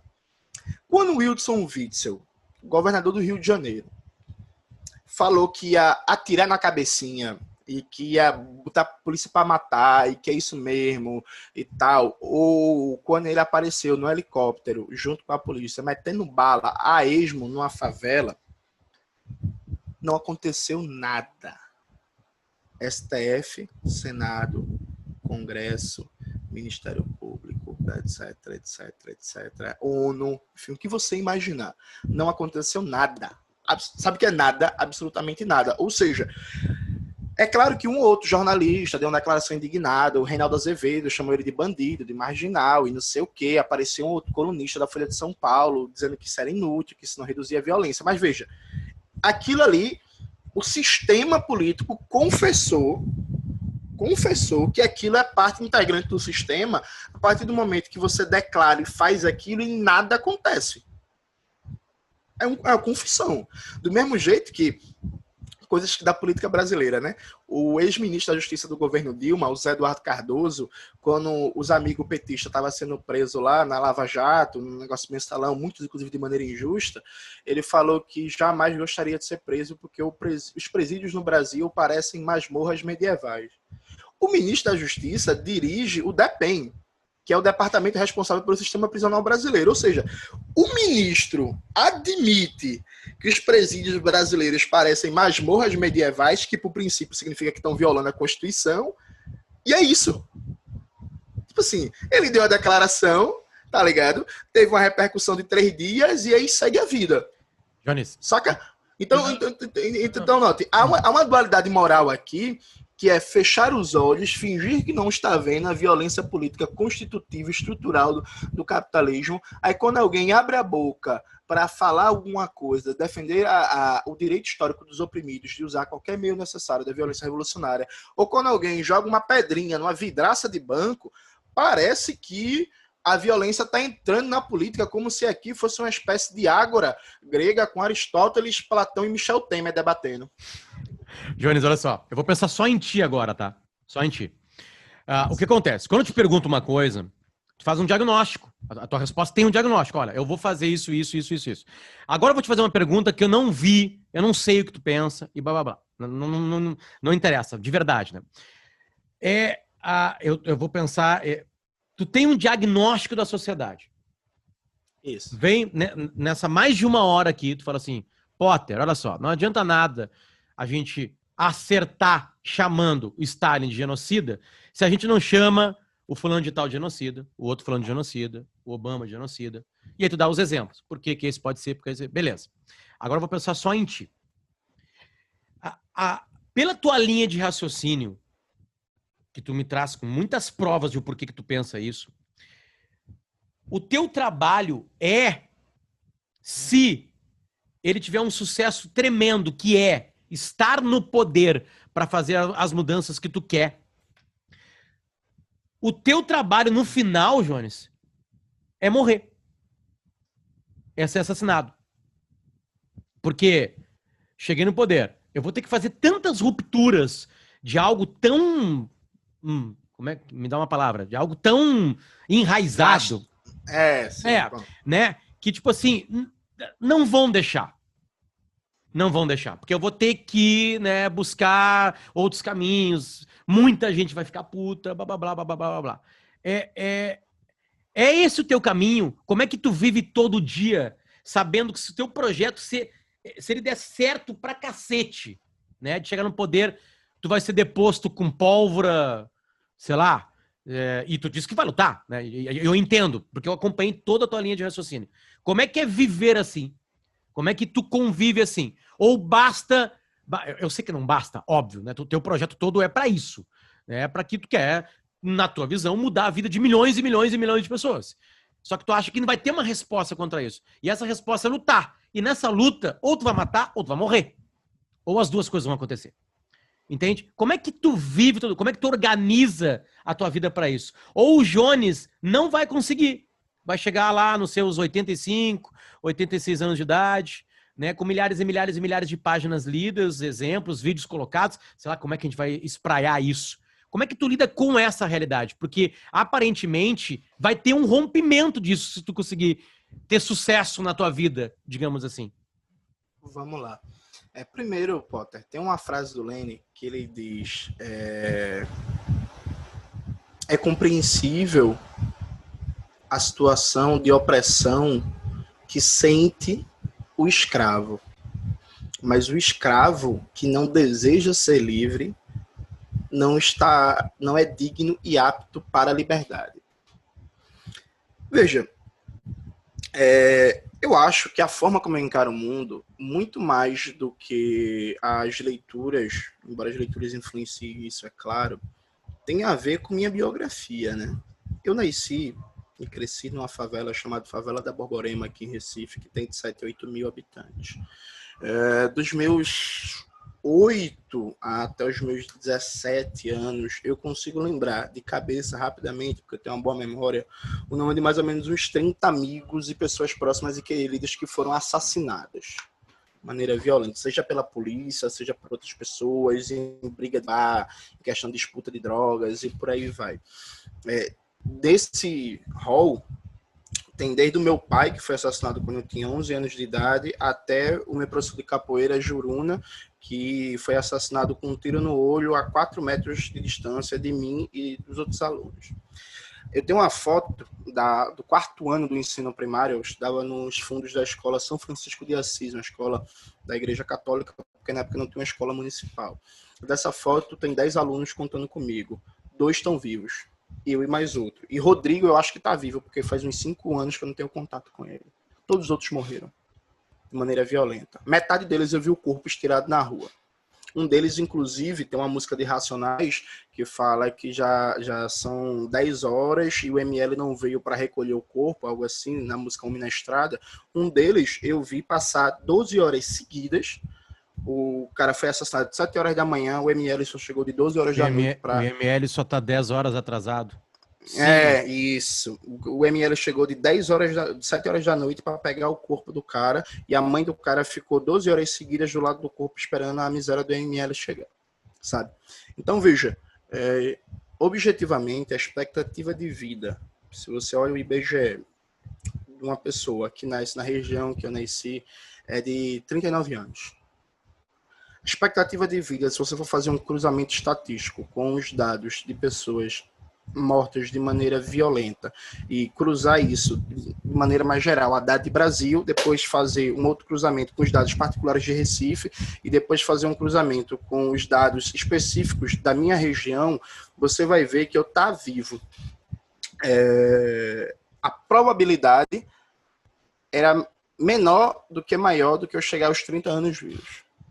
Então, assim, eu poderia, como uma porrada de amigos meus, estar morto já.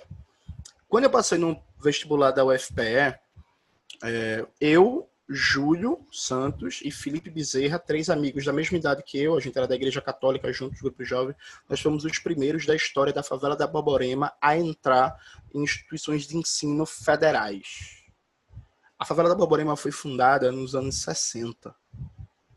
Então, demorou mais de 50 anos para algum jovem da Borborema entrar numa instituição de ensino superior. Então, da forma como eu vejo, a gente está, como diria o grande rapper Eduardo Tadeu, numa guerra civil não declarada. A gente vive uma situação de barbárie em que é normal você lembrar de mais velório do que festa. De que é normal, inclusive, Potter, eu li há um tempo atrás um livro que é muito bom, a tradução dele está em original em francês, mas a tradução em português seria Sociologia de uma Guerra, Memórias do Sujeito Fraturado, que é um livro que basicamente analisa, faz uma série de pesquisas qualitativas com pessoas do Afeganistão, do Iraque, sobre como elas lidam com a dor da perda, né, das memórias dos parentes, amigos que morreram nos últimos anos por causa das guerras e intervenções dos Estados Unidos.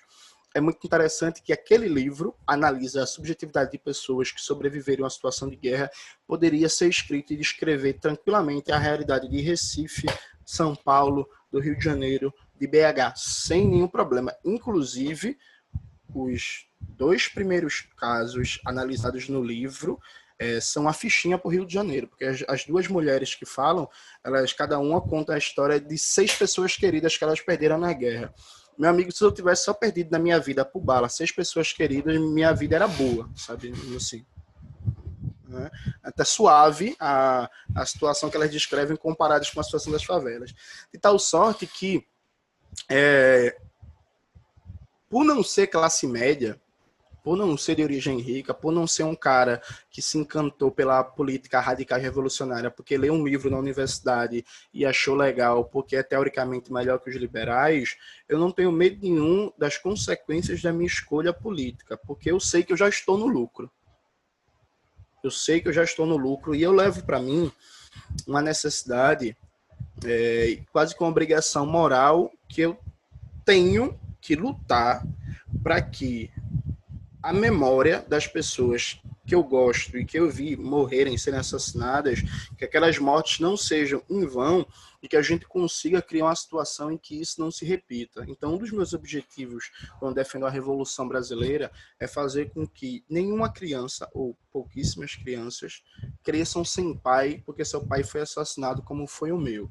Então, sou muito consciente das escolhas da minha vida, sei que, inclusive, quanto mais conhecido eu ficar, quanto mais respaldo, eu vou sofrer mais ameaças. Eu, sinceramente, tenho muito receio de como vai ser a situação a partir do ano que vem, quando tiver a vacina, e eu vou poder voltar a fazer lançamentos e debates presenciais em termos de tentativa de atentado de algum maluco da extrema-direita, de algum neonazi, algum fascistinha. Ano passado eu viajei para 30 cidades.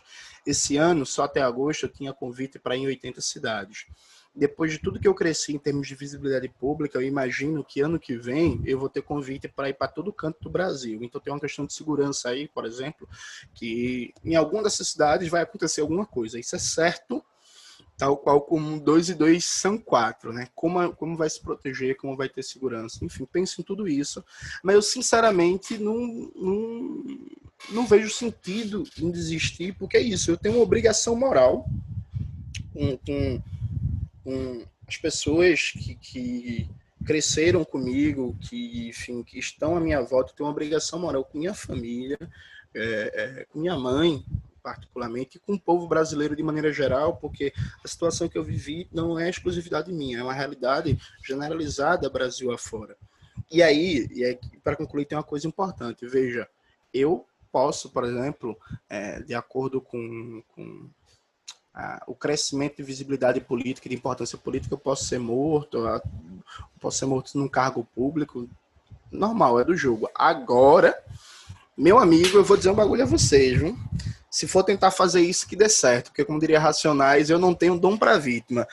Como eu disse, não sou do estilo Jango, não sou do estilo Dilma. Se eu pegar de volta também, não vai ter perdão feito o Hugo Chávez, não, que tentaram dar um golpe nele, o Hugo Chávez voltou pro poder. O Hugo Chávez era um cara tão bom que soltou os golpistas, muitos fugiram, inclusive, para Miami, que estão até hoje fazendo merda dos Estados Unidos contra a Venezuela. Eu não soltava, não. Mas eu não vou dizer o que é que eu faria, porque senão vão cortar isso aqui e vão usar contra mim. Jones, para encerrar. Vamos lá. Eu vou ser agora bem mais positivo, tá? Bem mais positivo. Teve eleições, 2026, tá ali. Não aconteceu. Né? Não aconteceu. Porra, no mínimo porque tem uma maioria de um povo que vota em ti. Eu sei que não precisa da maioria para te derrubar ou para ter algo contra-revolucionário, como tu falou aqui pra gente, né? Mas deu certo. Tem paz. A paz. Né? Como é que as pessoas no teu país que pensam diferente de ti? A pergunta é muito sincera, não tem nenhuma ironia. Zero. Tá? Essas pessoas que pensam diferente de ti, mesmo politicamente, como é que vai ser a próxima eleição? Tendo uma paz, a gente conquistou isso, a sociedade evoluiu, né? Como é que o diferente do Jones tá na sociedade do Jones? O bem diferente de ti, tá, cara? O bem diferente, o que pensa completamente diferente de política, de economia, tá ali. Como é que é? Porque vão ser em 2026, acho que o Brasil estaciona em 230, 225 milhões de pessoas, não sei exatamente quando que a gente vai parar, parece que é 225 milhões que a gente vai parar. Como é que vai ser essa multidão, certamente, que vai pensar diferente de ti? Não vai ter problema nenhum. O que não pode ser é fascista, nem nazista. Potter, veja, o Mao Tse-tung, ele tem uma reflexão muito interessante, está inclusive contida no livro Mao Tse-tung e o Processo da Revolução, lançado pela Expressão Popular esse ano, que é uma coletânea de textos do presidente Mao. E o Mao falava que no campo da cultura não se deve trabalhar com nenhum tipo de coerção. Então, o campo da cultura é um campo de disputa e de debate aberto, em que as pessoas da cultura, das ciências, é que têm que disputar. Evidentemente, tal qual, inclusive, existe no capitalismo, por exemplo, eu tenho liberdade para falar o que eu acho que eu devo falar, correto? Mas eu não tenho cadeia de televisão, eu não tenho grande jornal, eu não tenho grande rádio, eu não tenho poder para rodar um filme, eu não tenho poder para colocar um site de grande circulação. Então, veja, é uma liberdade dentro de um campo em que o poder de difusão da ideia está concentrado. Socialismo seria a mesma coisa. Qualquer pessoa que quisesse ser liberal, anarquista, social-democrata com socialismo, não tem problema nenhum. Agora, o poder vai estar concentrado dentro de determinada orientação político-ideológica. Quantas pessoas que pensam diferente, elas não teriam problema nenhum. Agora, não existe tolerância. Esse ponto é fundamental, até porque existe muito rótulos de uma falsa equivalência. Não deve existir tolerância a ideias, por exemplo, fascistas, nazistas, supremacistas brancas. Por exemplo, não poderia ser racista no Brasil. Ter uma série de medidas político-culturais, inclusive, até certo ponto, sanções administrativas e, a depender da situação, até penais, para pessoas que propagam ideias racistas. Simples e objetivamente. Você iria perder o emprego, oficialmente, você iria se fuder do ponto de vista social de oportunidades se você fosse do tipo que fica propagando ideias racistinhas. Por exemplo, esse defensor público agora da DPU, que entrou com um pedido contra o Magazine Luiza, com uma representação contra o Magazine Luiza, porque essa empresa dessa burguesinha hipócrita fez um programa de trainee só para negros. A peça do cara de representação jurídica é um suco de racismo. Um sujeito como esse, num Brasil socialista que eu acredito e defendo, ele perderia o emprego na hora e perderia qualquer acesso a qualquer tipo de oportunidade e passaria por um processo pedagógico de reeducação. E se tivesse jeito ou não, seria outra coisa. Mas ele se foderia do ponto de vista social. Ele seria demitido na hora, automaticamente. Se criaria um debate público sobre por que a ideia dele é uma porcaria e deve ser repudiada, porque esse tipo de comportamento não deve ser reproduzido. A Defensoria Pública da União ou qualquer órgão jurídico correspondente passaria por uma espécie de sindicância para entender como é que aquilo ali se criou lá dentro e existiria toda uma mobilização social contra esse tipo de posição. As pessoas que pensam diferente não tem problema nenhum, até porque, como eu disse, veja, uma das grandes superioridades do capitalismo para ganhar a luta contra a União Soviética foi que o capitalismo soube entender que é necessário você ter uma massa crítica de intelectuais sem peso de massa, isso é a grande malícia do capitalismo, mas que consiga fazer a crítica da sociedade e que mostre para a própria classe dominante quais são suas fragilidades. Então tem algumas coisas muito curiosas, Potter, que é, por exemplo, um dos livros mais lidos da geração dos anos 60, da geração hippie, da geração revolucionária e tal, é A Sociedade Unidimensional, ou A Ideologia da Sociedade Industrial, do Herbert Marcuse.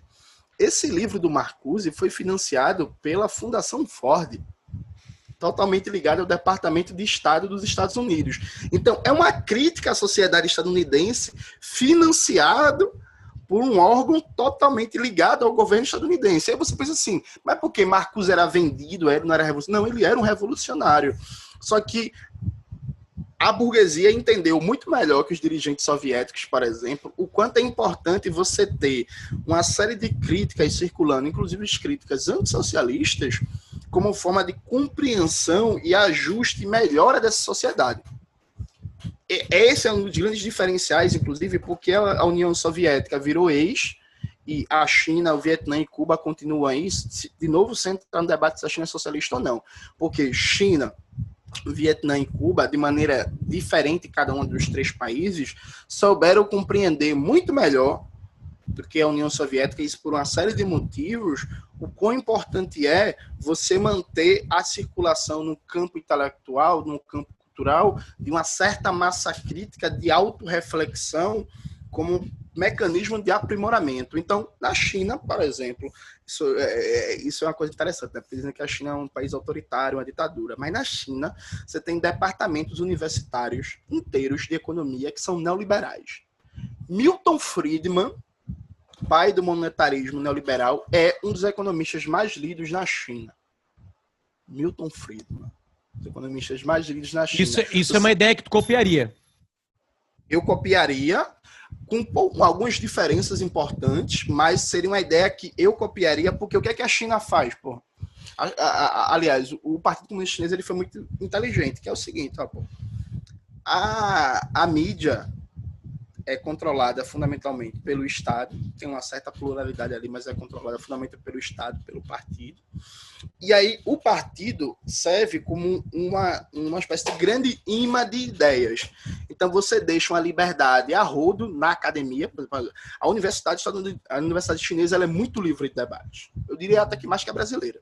Então você deixa uma liberdade gigantesca nas universidades, e aí você faz um processo de filtragem dessas ideias e de combate teórico no seio da sociedade e das organizações de massa. Então, o Partido Comunista, por exemplo, ao mesmo tempo que ele permite dar ultraliberdade para, em debates da imprensa mais especializada e nas universidades, fazer um discurso econômico neoliberal, sem problema, ele nos sindicatos, nos movimentos de massa, nos movimentos de juventude, ele faz o combate a essas ideias neoliberais pelo trabalho teórico.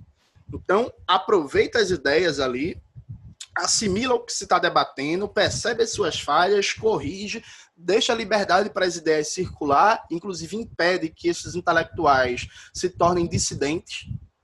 Então, assim, a galera não é dissidente, a galera é crítica ao governo. Mas lá tu não vai fundar o Partido Liberal. Aqui no teu governo vai ter o Partido Liberal.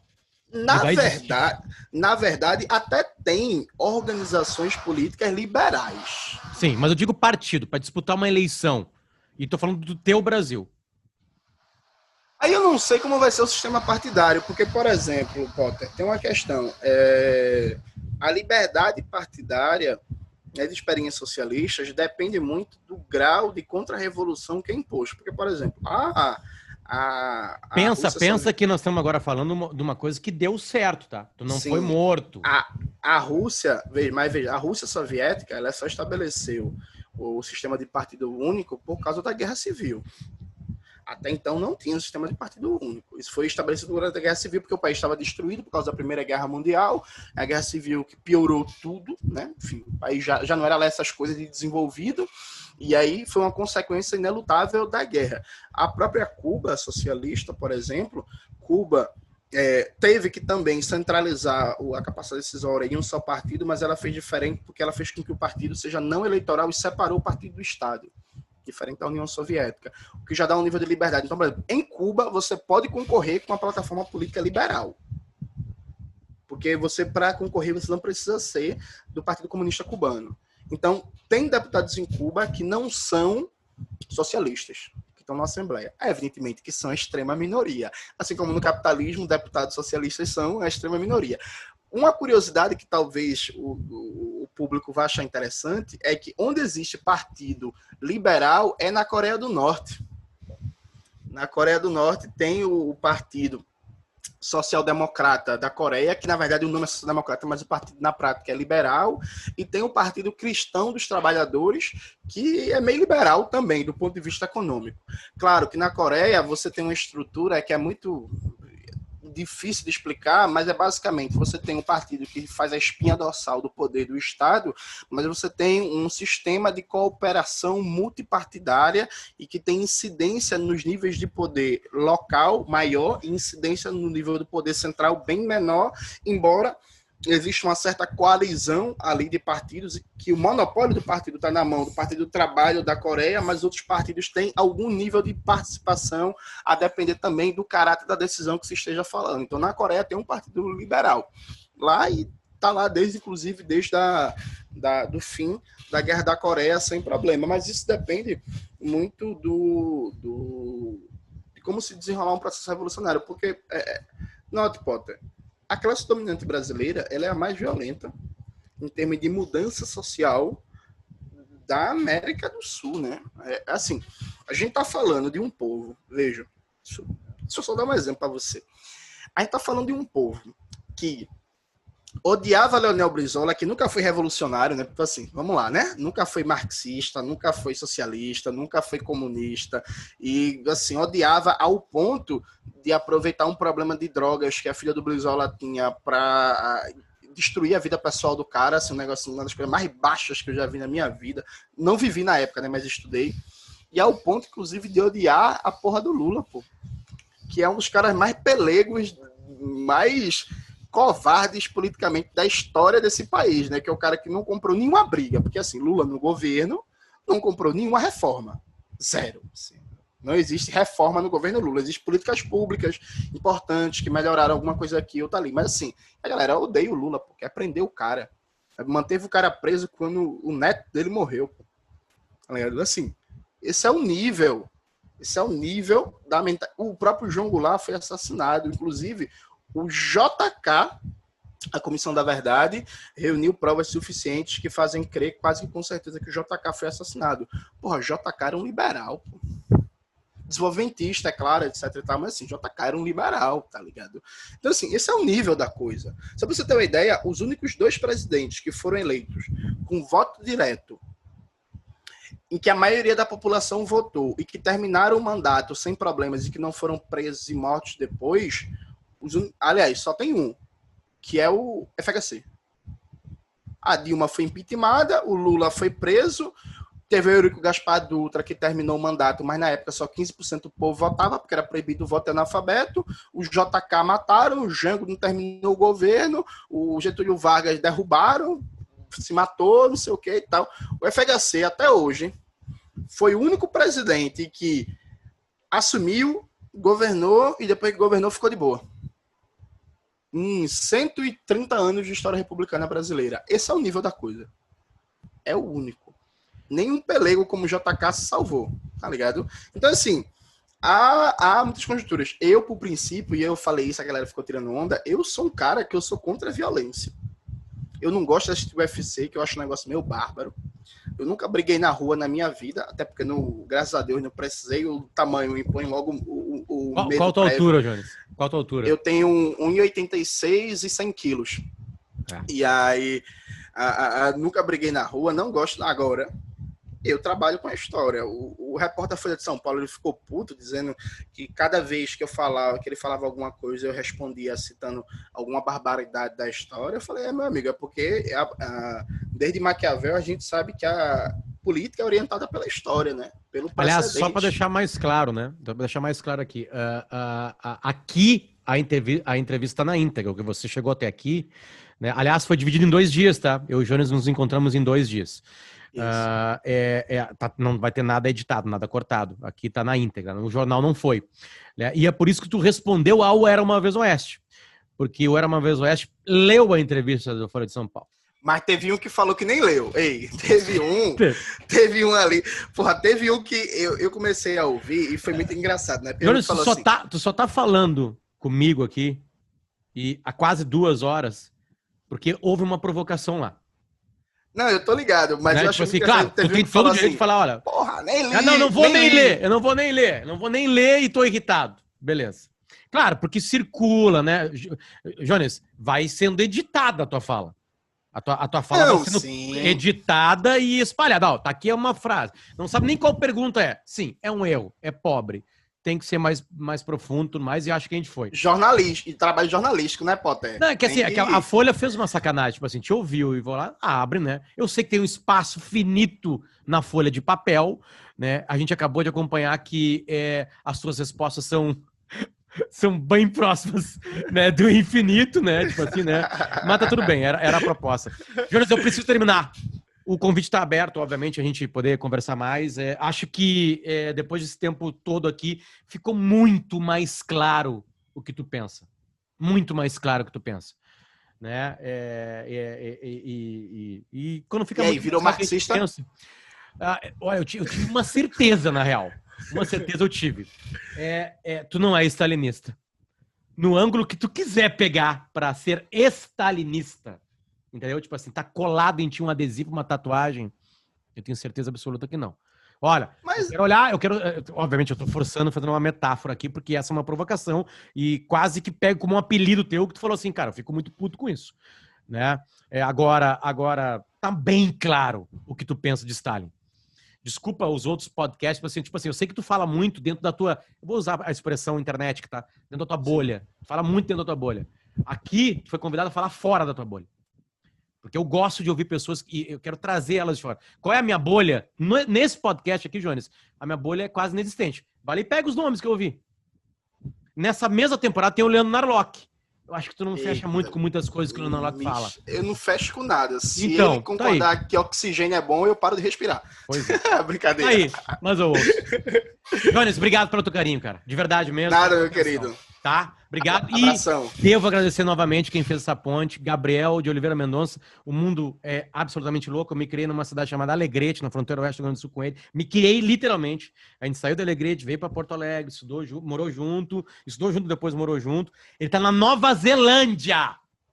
E ele fez a ponte Recife-Porto Alegre. Então foi Nova Zelândia, Auckland, Recife, Porto Alegre. Eu fico muito feliz com isso. Obrigado, Jones. Nada. E aí, só lembrando aos ouvintes para ouvirem lá, assistirem o meu canal, tá com o meu nome, Jones Manuel normal, Jones, não tem muito erro. Manuel. E eu tenho um site também que tá com o meu nome também, jonesmanuel.com. Então, só colocar no Google lá, tá concentrado todos os podcasts, entrevistas, textos, vídeos, entrevistas para rádio, tudo que eu já fiz na minha vida está concentrado lá. Então, é um bom lugar. Quero saber o que pensa Jones Manuel. Pode ir lá no site que tá tudo lá concentrado para facilitar a vida. Perfeito, cara. Obrigado pelo carinho, tá? E pela atenção. Até mais. Tchau, tchau. Até mais.